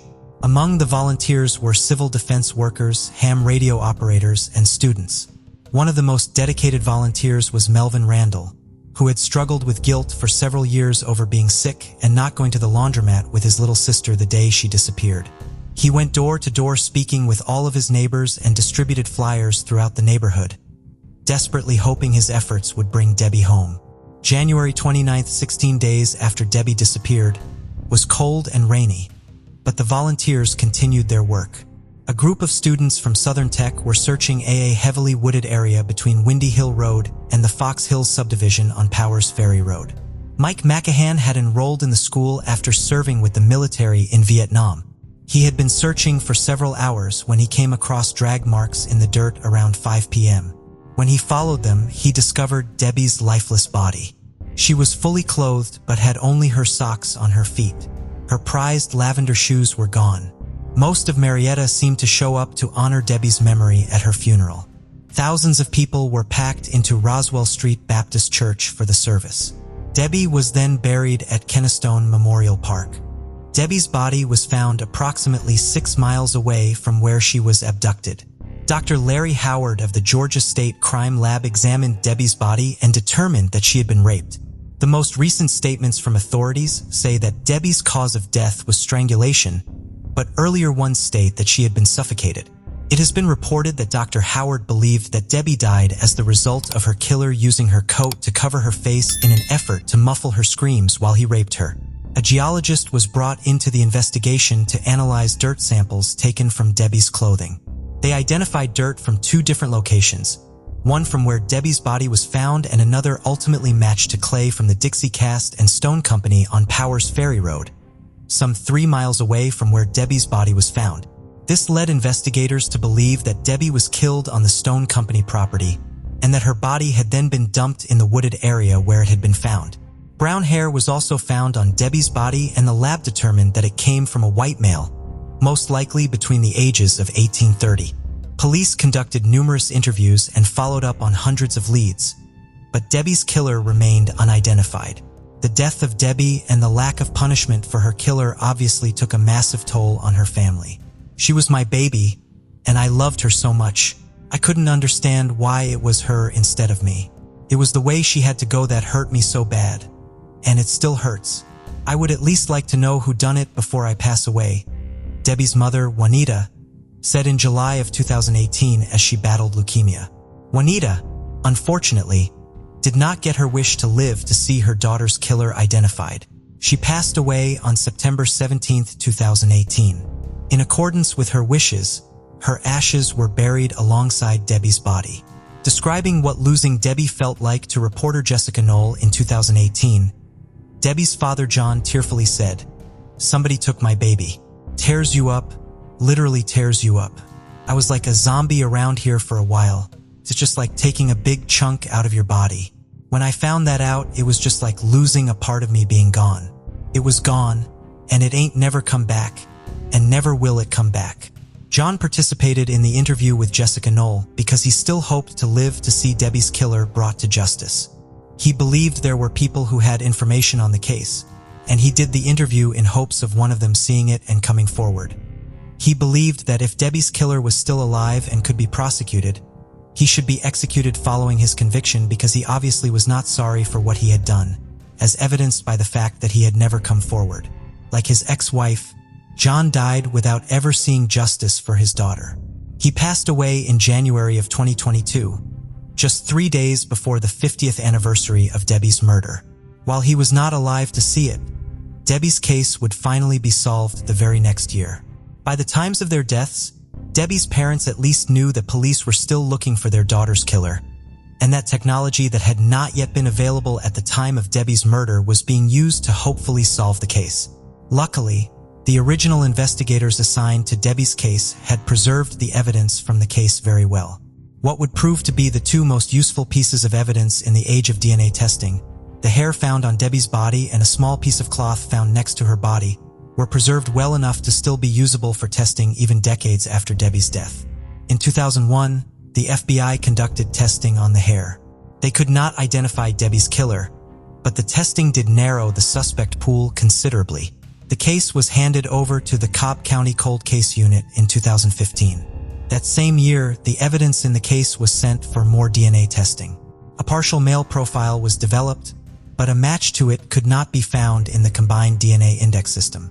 Investigators with the Cold Case Unit developed several strong suspects, but each was ultimately excluded by DNA. Thanks to extra funding received in 2019, further advanced DNA testing was conducted on the cloth in 2022. A familial DNA profile was developed and investigators used genetic genealogy to search for potential suspects. The Cobb County Cold Case Unit began working with DNA Labs International in 2023. They were able to identify several relatives of the contributor of the DNA from the cloth. When authorities contacted these relatives, they agreed to provide samples of their DNA. Comparing their DNA with the DNA from the cloth helped give the authorities had his body exhumed so that samples could be taken for direct DNA testing. This testing confirmed his DNA was a match to that from the crime scene. On September 18, 2023, Cobb County District Attorney Flynn D. Brody Jr. announced that Debbie's killer had been identified as William Beal Rose, who had been 24 years old at the time of the murder. Rose could not be arrested because he took his own life in 1974, 2 years after Debbie was killed. Gold case investigator Roy Alter stated at the press conference announcing Rose's identification that he suspected Rose may have ended his life because he was afraid of being caught for Debbie's murder. According to Mr. Alter's conversations with Rose's family members, Rose had been worried about going to jail prior to his death, but his family had assumed his concerns stemmed from minor incidents. Rose did have a criminal record but had only ever been arrested for alcohol-related incidents. He had not previously been a suspect in the case. It does not appear that Rose knew Debbie prior to her abduction. However, he did have relatives who lived in her apartment complex, giving him a reason to be a regular visitor there. He may have seen her playing outside during prior visits to the complex, but her murder appears to have been a crime of opportunity. Debbie's brother, Melvin, was present at the press conference to express his gratitude for investigators and their ongoing efforts. He was relieved both because he finally knew who took his sister from him and because her killer was not someone his family knew. Melvin had ultimately resolved the guilt he had once felt for not being with Debbie at the laundromat that day, and he has stated that he does not hate Rose despite what he did to his sister because he had learned over the years that hating someone would do him no good. Melvin expressed sympathy towards Rose's family for the difficult time he knows they must be going through as a result of this news. Rose's identification was somewhat bittersweet for Melvin because his mother did not get to see it. However, he stated, "I wish my mother was here, but I know she knows in heaven that it's finally over." On January 13, 1996, in Arlington, Texas, Amber Hagerman was riding her new pink and white bicycle that she'd just gotten for Christmas. In the parking lot of an abandoned Winn-Dixie grocery store, the 9-year-old Girl Scout was with her 5-year-old little brother, Ricky. They were playing down the road from their grandmother's house, when apparently Ricky remembered they were only supposed to go around the block and headed back home. Amber stayed and continued to play around the parking lot. It was a Saturday, and they were at their grandparents' that day because their mother was being interviewed for a local news special about families that successfully got off welfare and rejoined the workforce. Amber and Ricky left their grandparents' home around 3:10 p.m., with Ricky returning shortly after without his sister. Families soon went looking for Amber, and when they arrived at the parking lot, they saw a handful of police officers surrounding Amber's bike. They were told that someone in the community saw something and that Amber had been abducted. A witness and retired police officer, Jim Cavill, 78 at the time, said he saw Amber riding alone when he saw a black pickup truck and, quote, he pulled up, jumped out and grabbed her. When she screamed, I figured the police ought to know about it, so I called them. Jim gave a description of the abductor. He said that it was a man, Caucasian or Hispanic, in his 20s or 30s, shorter than 6 feet, medium build, with dark hair. He was driving a black pickup truck with no markings or chrome and seemed to be in clean working condition. He noted the time of the abduction was 3:18 p.m., and Amber had only been alone for a few minutes. Law enforcement, the FBI, and locals began a massive search for Amber, and her abduction made national news, but despite the nationwide attention, no other witnesses ever came forward to identify the man or the vehicle. For days later, a man was walking his dog when he saw something in a creek. When he looked closer, he found a body lying face down in the water. Police arrived at the scene, and the body was identified as the missing 9-year-old Amber Hegerman. Amber's body was found less than 4 miles from where she was abducted. She was found completely naked except for a sock on her left foot, and her throat had been cut. Police believe that she was washed down the creek as there had been considerable rainfall the night before she was discovered. Police worked hard to find anything on Amber's murder, but there was little evidence. It was later discovered that she had been alive for at least 2 days after her abduction, making police believe that someone might have seen something. Also, due to the circumstances of the abduction, they believe that Amber was targeted and may have been stalked prior to her being taken. Since Amber's death, law enforcement has followed over 7,000 possible leads. There was a laundromat next to the abandoned grocery store where Amber was abducted. Authorities know that this area had many Hispanic people who may have felt uncomfortable talking to police at the time. Police have said in more recent press releases that they do not care about legal status and they just want any information on Amber, and that it might be given anonymously, and urge anyone with information to come forward. They want justice for her family. In a 2021 press conference, it was released after all this time that they did have one piece of evidence with DNA. Police have stated that they would not reveal the evidence as only the killer would know. They had planned to test the evidence through more modern means later that year. Donna Williams, Amber's mother, said, quote, to Amber's killer, I'm asking you today, please turn yourself in. Give Amber justice. Amber needs justice deeply. It has been over 25 years since Amber was murdered. Police have never stopped looking for her killer, and she has had a significant impact not only on Arlington, but across the country. Amber's case was what inspired the Amber Alert system, which was suggested by a local woman, Diane Simone. She wanted to help in search efforts, but didn't know how to best assist. She had an idea to utilize radio station and news broadcasting to amplify missing or abducted children cases, using the existing systems that were used to alert to weather warnings or civil defense alerts. It has been called several names in honor of other missing children in other states, but is now called the Amber Alert system nationally and even internationally, with other countries adopting the system. In the US, the Amber Alert has saved over 1,114 children. On February 28, 1983, 2 men entered an abandoned apartment building on Clemens Avenue in St. Louis, Missouri, scavenging for copper pipe or looking for something to fix their car. That detail is mixed. They looked around the house and then went down to the basement. When they got to the basement, they couldn't see anything, so one of the men lit a cigarette. And when he did, he saw something in the shadows.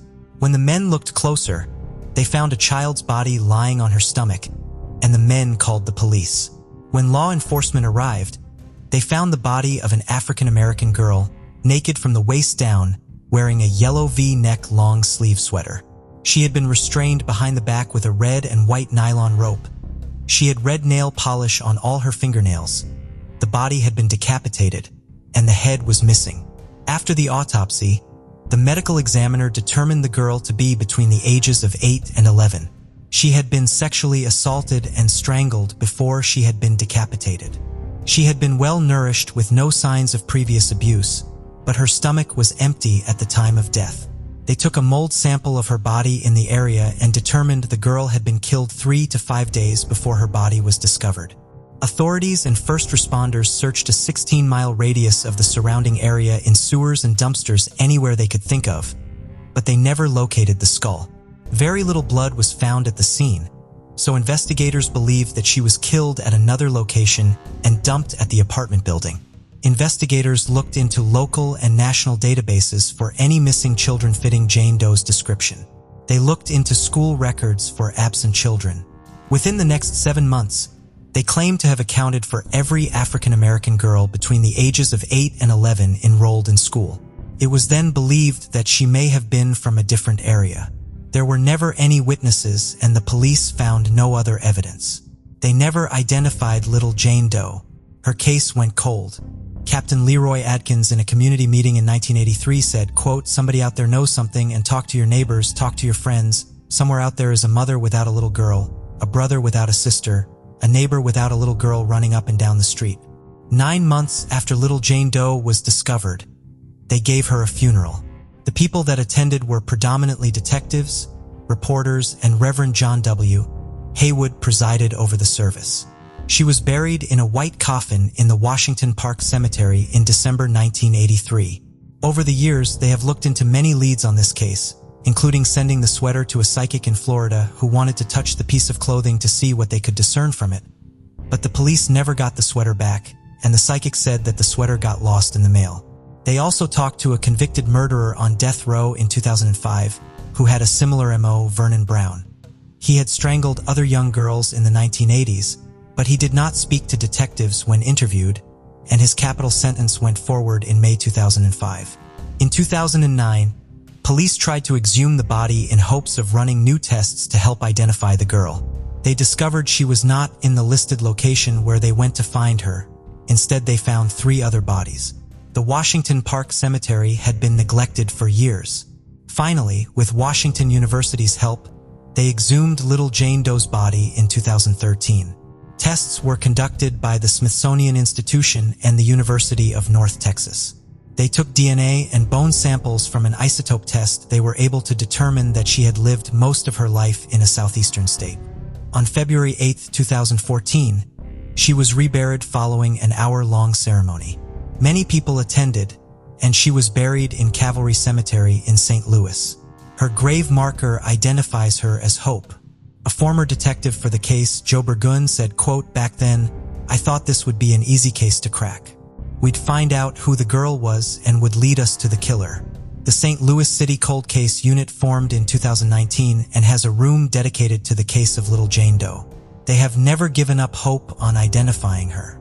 Jane Doe, 1983, as she is identified on the National Center for Missing and Exploited Children's website, said she is the only case with no photo or facial reconstruction. There's only a picture of the sweater. The St. Louis Police Department is still looking for any information. Little Jane Doe grew up in Southeast United States. She was approximately 4'10" to 5'2", between the ages of 8 and 11. She would have gone missing sometime in 1983. She had no distinctive marks or previous injuries. There are hopes that in identifying her, they will be closer to solving her murder. In January 2018, 19-year-old Caitlin Dennison was living in Reno, Nevada when she abruptly told her family that she was flying to Texas to be with an unknown man. The two had met 6 months prior in Reno, and when he had to fly back to Texas after 6 months, she decided to go with him. On January 10, 2018, Caitlin's sister, Rachel Dennison, received what would be the last time she heard her voice. Caitlin had called from a Walmart in Midland, Texas. On the call to her sister, she said that she wanted to come home and that "this guy makes me scared for my life." She abruptly ended the call. As the man approached, Caitlin sent her sister a pin of her location right after the phone call had ended. No one heard from Caitlin again. Rachel went to the police and reported her sister missing the next day. Law enforcement have said they got positive sightings of Caitlin that day at the Walmart she called from and Rick's Cabaret in Odessa, Texas. Caitlin was last seen wearing a fur vest over a black shirt, black leggings with braiding down the sides of the legs, and furry boots. A witness has come forward saying that they gave her a ride to her boyfriend's house, which was another confirmed sighting of Caitlin. Police have interviewed the unknown man. The information the man gave her that has been released is that Caitlin has been looking for work and had been having a hard time because of her noticeable arm scars. Police have interviewed the unknown man. He has been identified, but that information has been limited on what's been released to the public. The information we have is that he said that Caitlin had been looking for work and been having a hard time because she had noticeable arm scars. One day he came home, and she and all of her stuff were just gone. When police went to interview this man again, he was nowhere to be found and has yet to be found. In August 2018, Rachel saw news coverage of a Ring doorbell of a woman in a t-shirt and arm restraints, and she thought it could have been Caitlin as she had the same build and bone structure. However, that woman was later identified and was not Caitlin.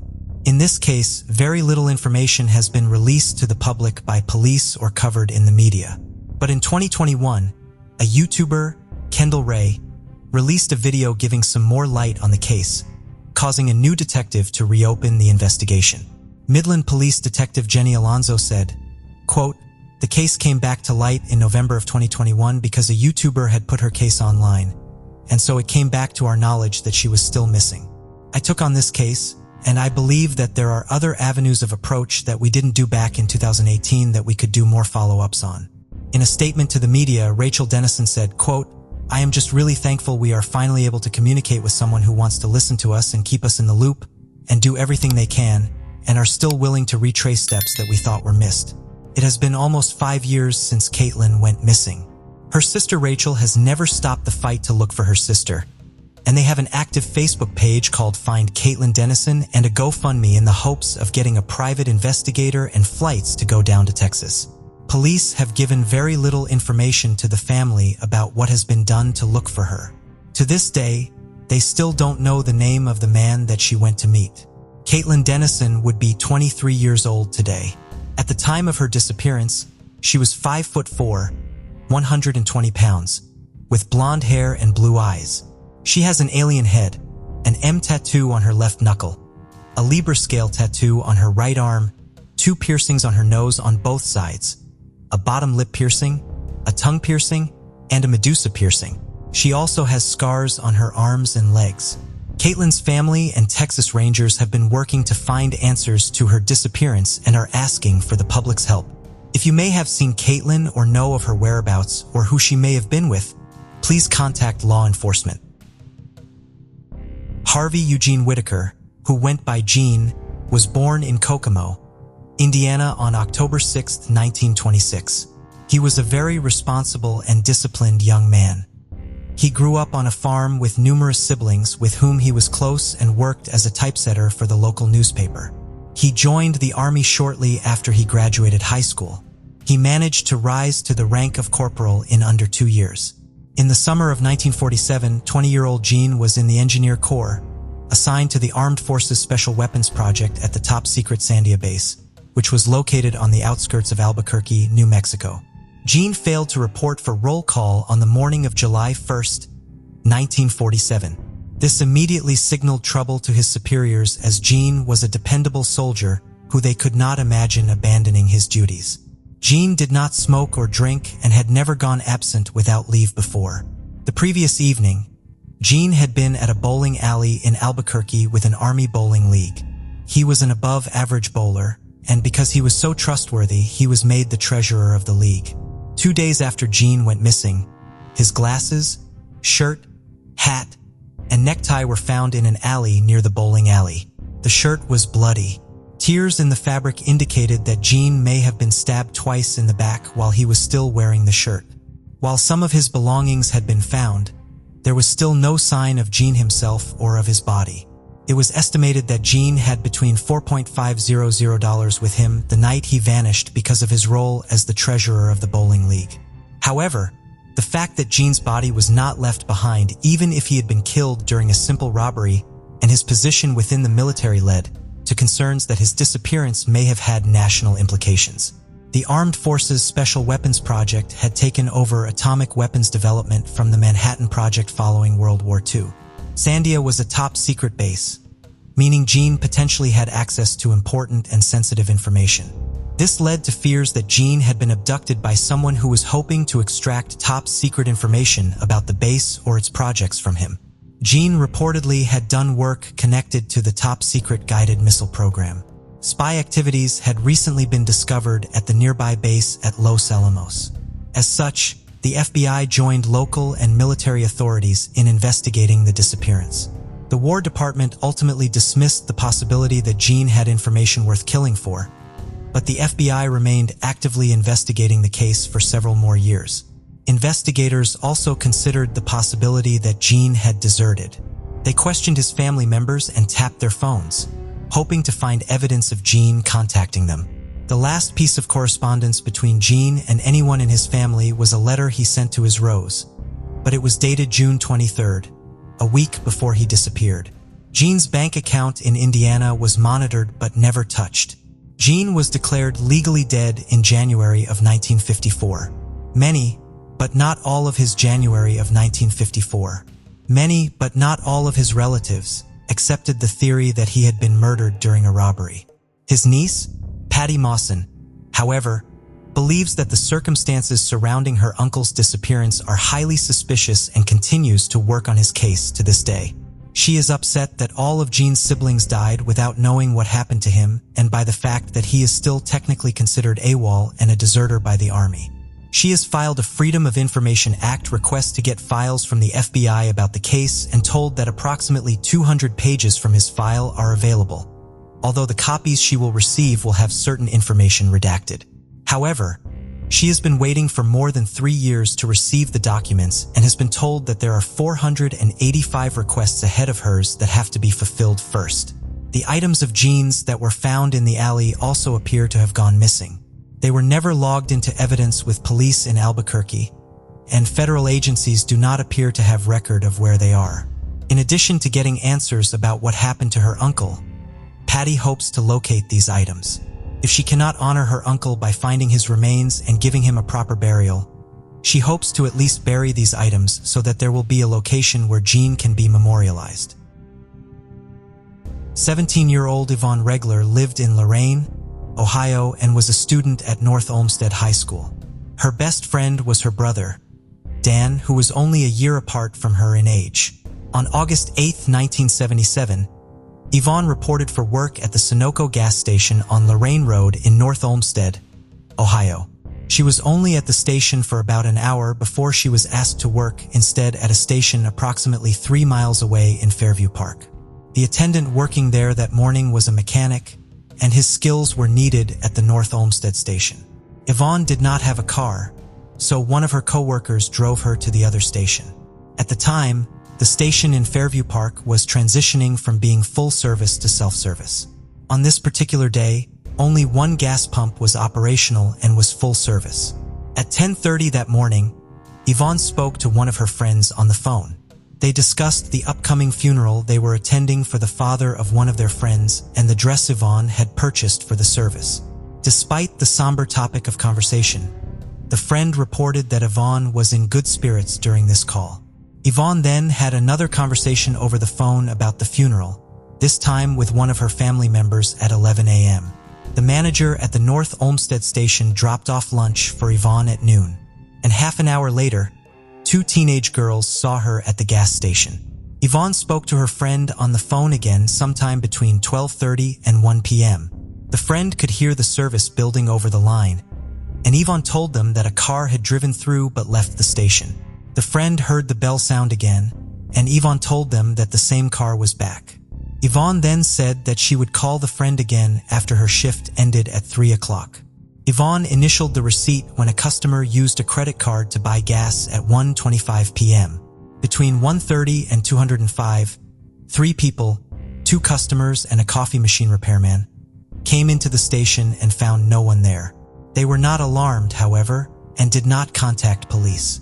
The employee who came to take over for Yvonne when her shift ended was alarmed, however, when he arrived at 2:45.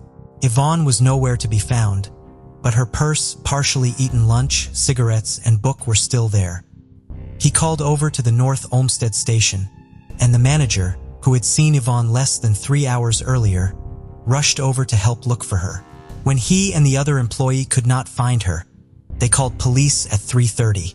There were no signs of a struggle inside the station, and there was still $300 in cash in the register. Police theorized that Yvonne had been abducted while she was outside, potentially when she had gone out to pump a customer's gas. More than 100 tips were investigated in the following years. Local, state, and federal law enforcement agencies were involved in the investigation. Numerous persons of interest were identified, but without finding Yvonne or her body, police could only theorize about what had potentially been done to her. Years and then decades passed without any answers in the case. The passage of time did not diminish Yvonne's family's desire for answers. In 2014, one of her family members asked to provide a DNA sample so that Yvonne's remains could be identified should they ever be located. This led to a renewed effort by authorities in the investigation. Police went back and re-interviewed all of the witnesses in the case. In 2016, on the 39th anniversary of Yvonne's disappearance, the Fairview Park Police Department announced that during this process, they had identified a potential person of interest in the case. This man was known to police and had previously been connected to crimes of a similar nature to Yvonne's case. Police made this news public in hopes of encouraging new witnesses to come forward with tips that could potentially help them confirm or refute this individual's involvement in Yvonne's disappearance. The effort did not result in the case being solved. In 2021, the National Center for Missing and Exploited Children released an age-progressed image of what Yvonne may look like at the age of 62. Everyone is doing what they need to be doing on the police side. On my side, all I can do is hope that there will be closure, Yvonne's brother Dan said in 2022. 29-year-old Vita Lou Powers was a dependable employee of St. Thomas West Hospital in Nashville, Tennessee, and the dedicated mother of 2 children. She was very close with her family and was always willing to help them. Ida began May 26, 1982 as normal, sticking to her usual routine. She left her home on 9th Avenue South and dropped her children off at daycare. She then drove over to her sister's house to pick her up and give her a ride to her job at the Continental Insurance office.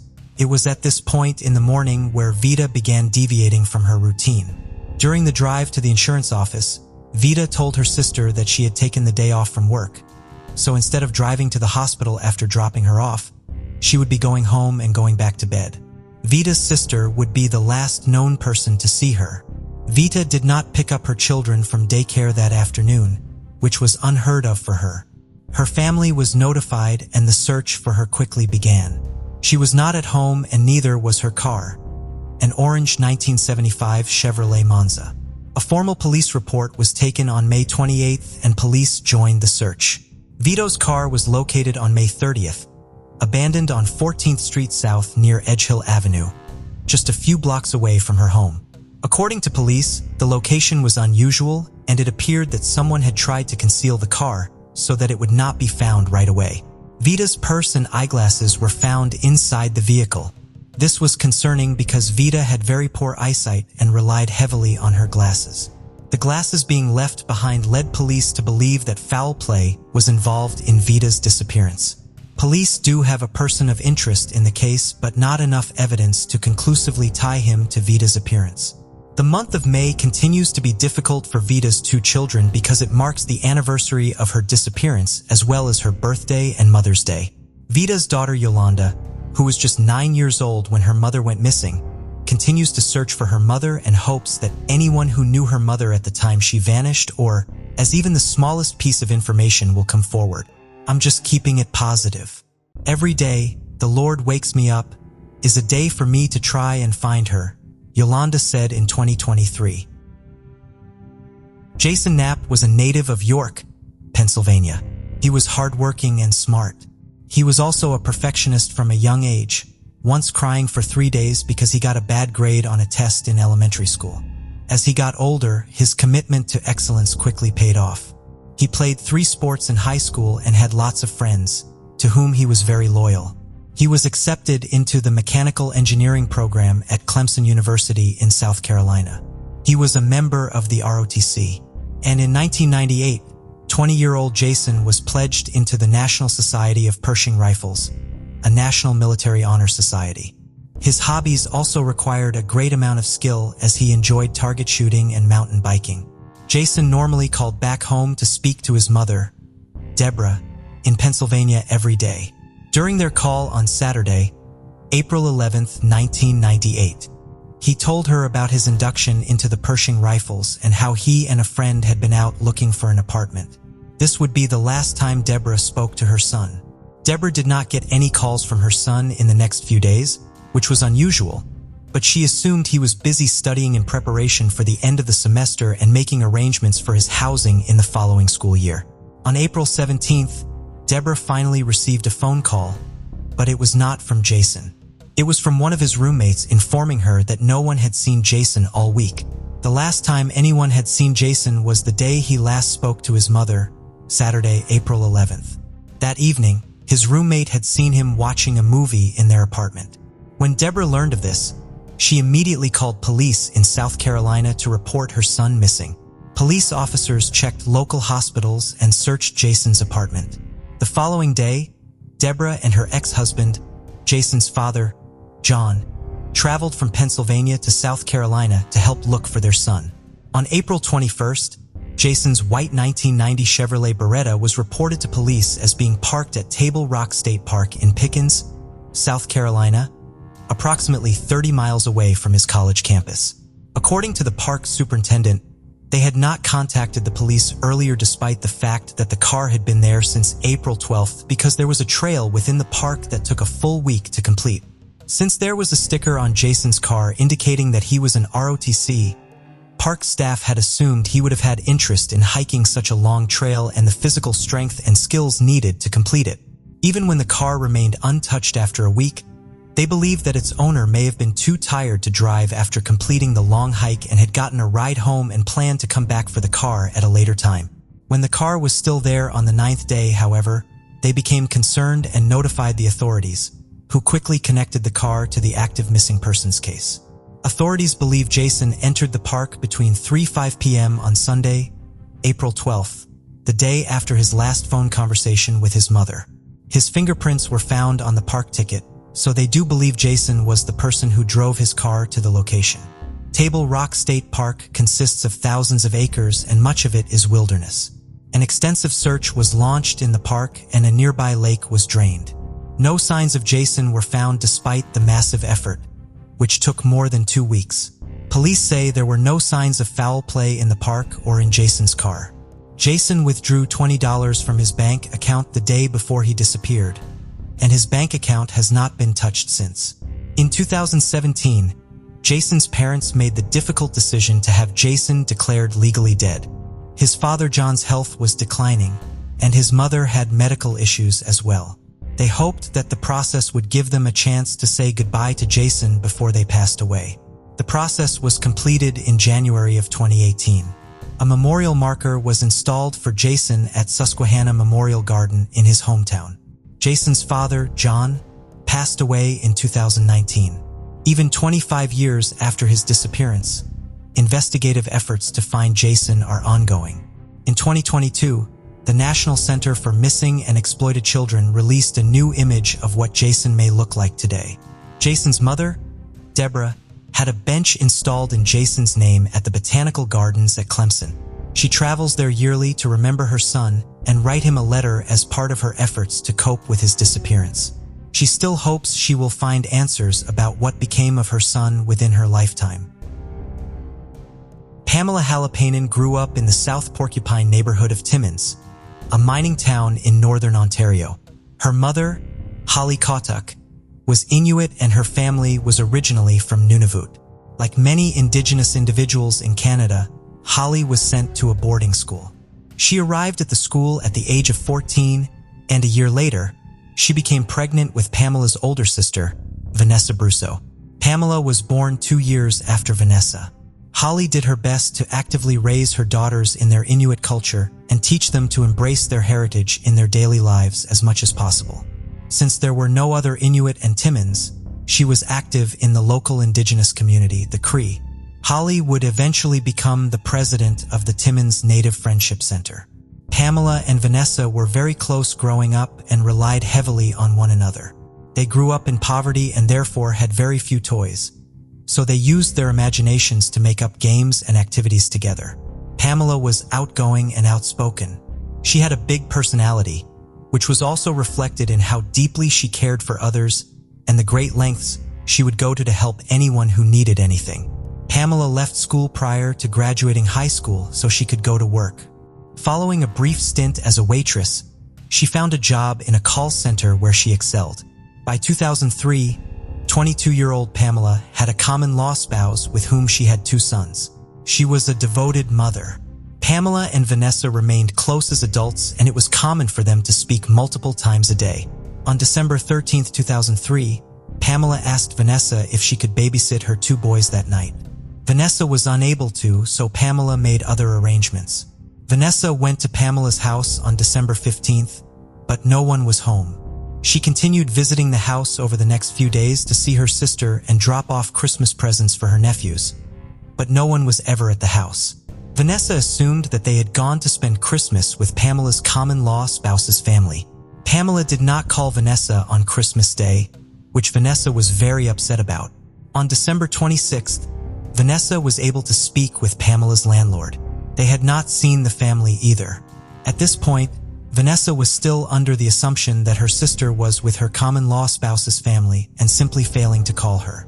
Vanessa learned that she was wrong on New Year's Eve. That day, Vanessa and her mother were at a bingo hall when a woman came up to them and asked if they had heard about Pamela. They said they did not, and the woman told them that Pamela had left her common-law spouse. Vanessa and Holly then asked where Pamela's children were. They were still with their father. This was an immediate indication that something was not right to Vanessa and Holly. It was conceivable that Pamela would leave her spouse. There was not even a remote possibility, however, that Pamela would go anywhere without her sons. Vanessa and Holly went to police to report Pamela missing. While they made the report as soon as they realized that something was wrong, it had been more than 2 weeks since anyone had seen Pamela. She had attended a house party on the evening of December 13th and had left it in the early morning hours of 14th after reportedly getting into an argument with her common-law spouse and saying she would walk home. Police were not concerned about Pamela's disappearance, telling Vanessa and Holly that Pamela was probably out drinking and would reappear in a few days, a conclusion with no supporting evidence. Vanessa and Holly, understandably frustrated by this disregard for Pamela's well-being, began their own search, organizing friends and family members to create and distribute flyers and to search for Pamela. For months after Pamela went missing, when police finally began investigating Pamela's disappearance, they told her family that they believed Pamela was a sex worker in Hamilton, Ontario. They supported this claim with 2 nude pictures Pamela had taken of herself, presumably for her common-law spouse, that had been found on her personal computer.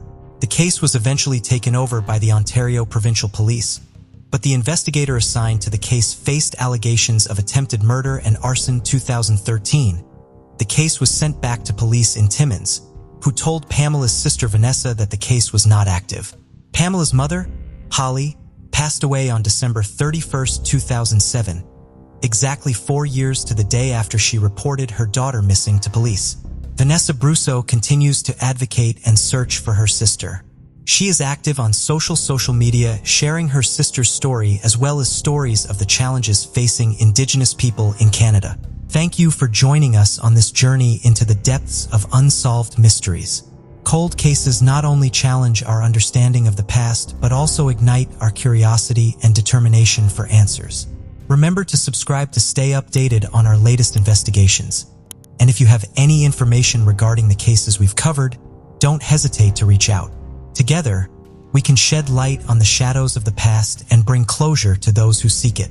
Until next time, stay vigilant, stay curious, and never stop seeking the truth.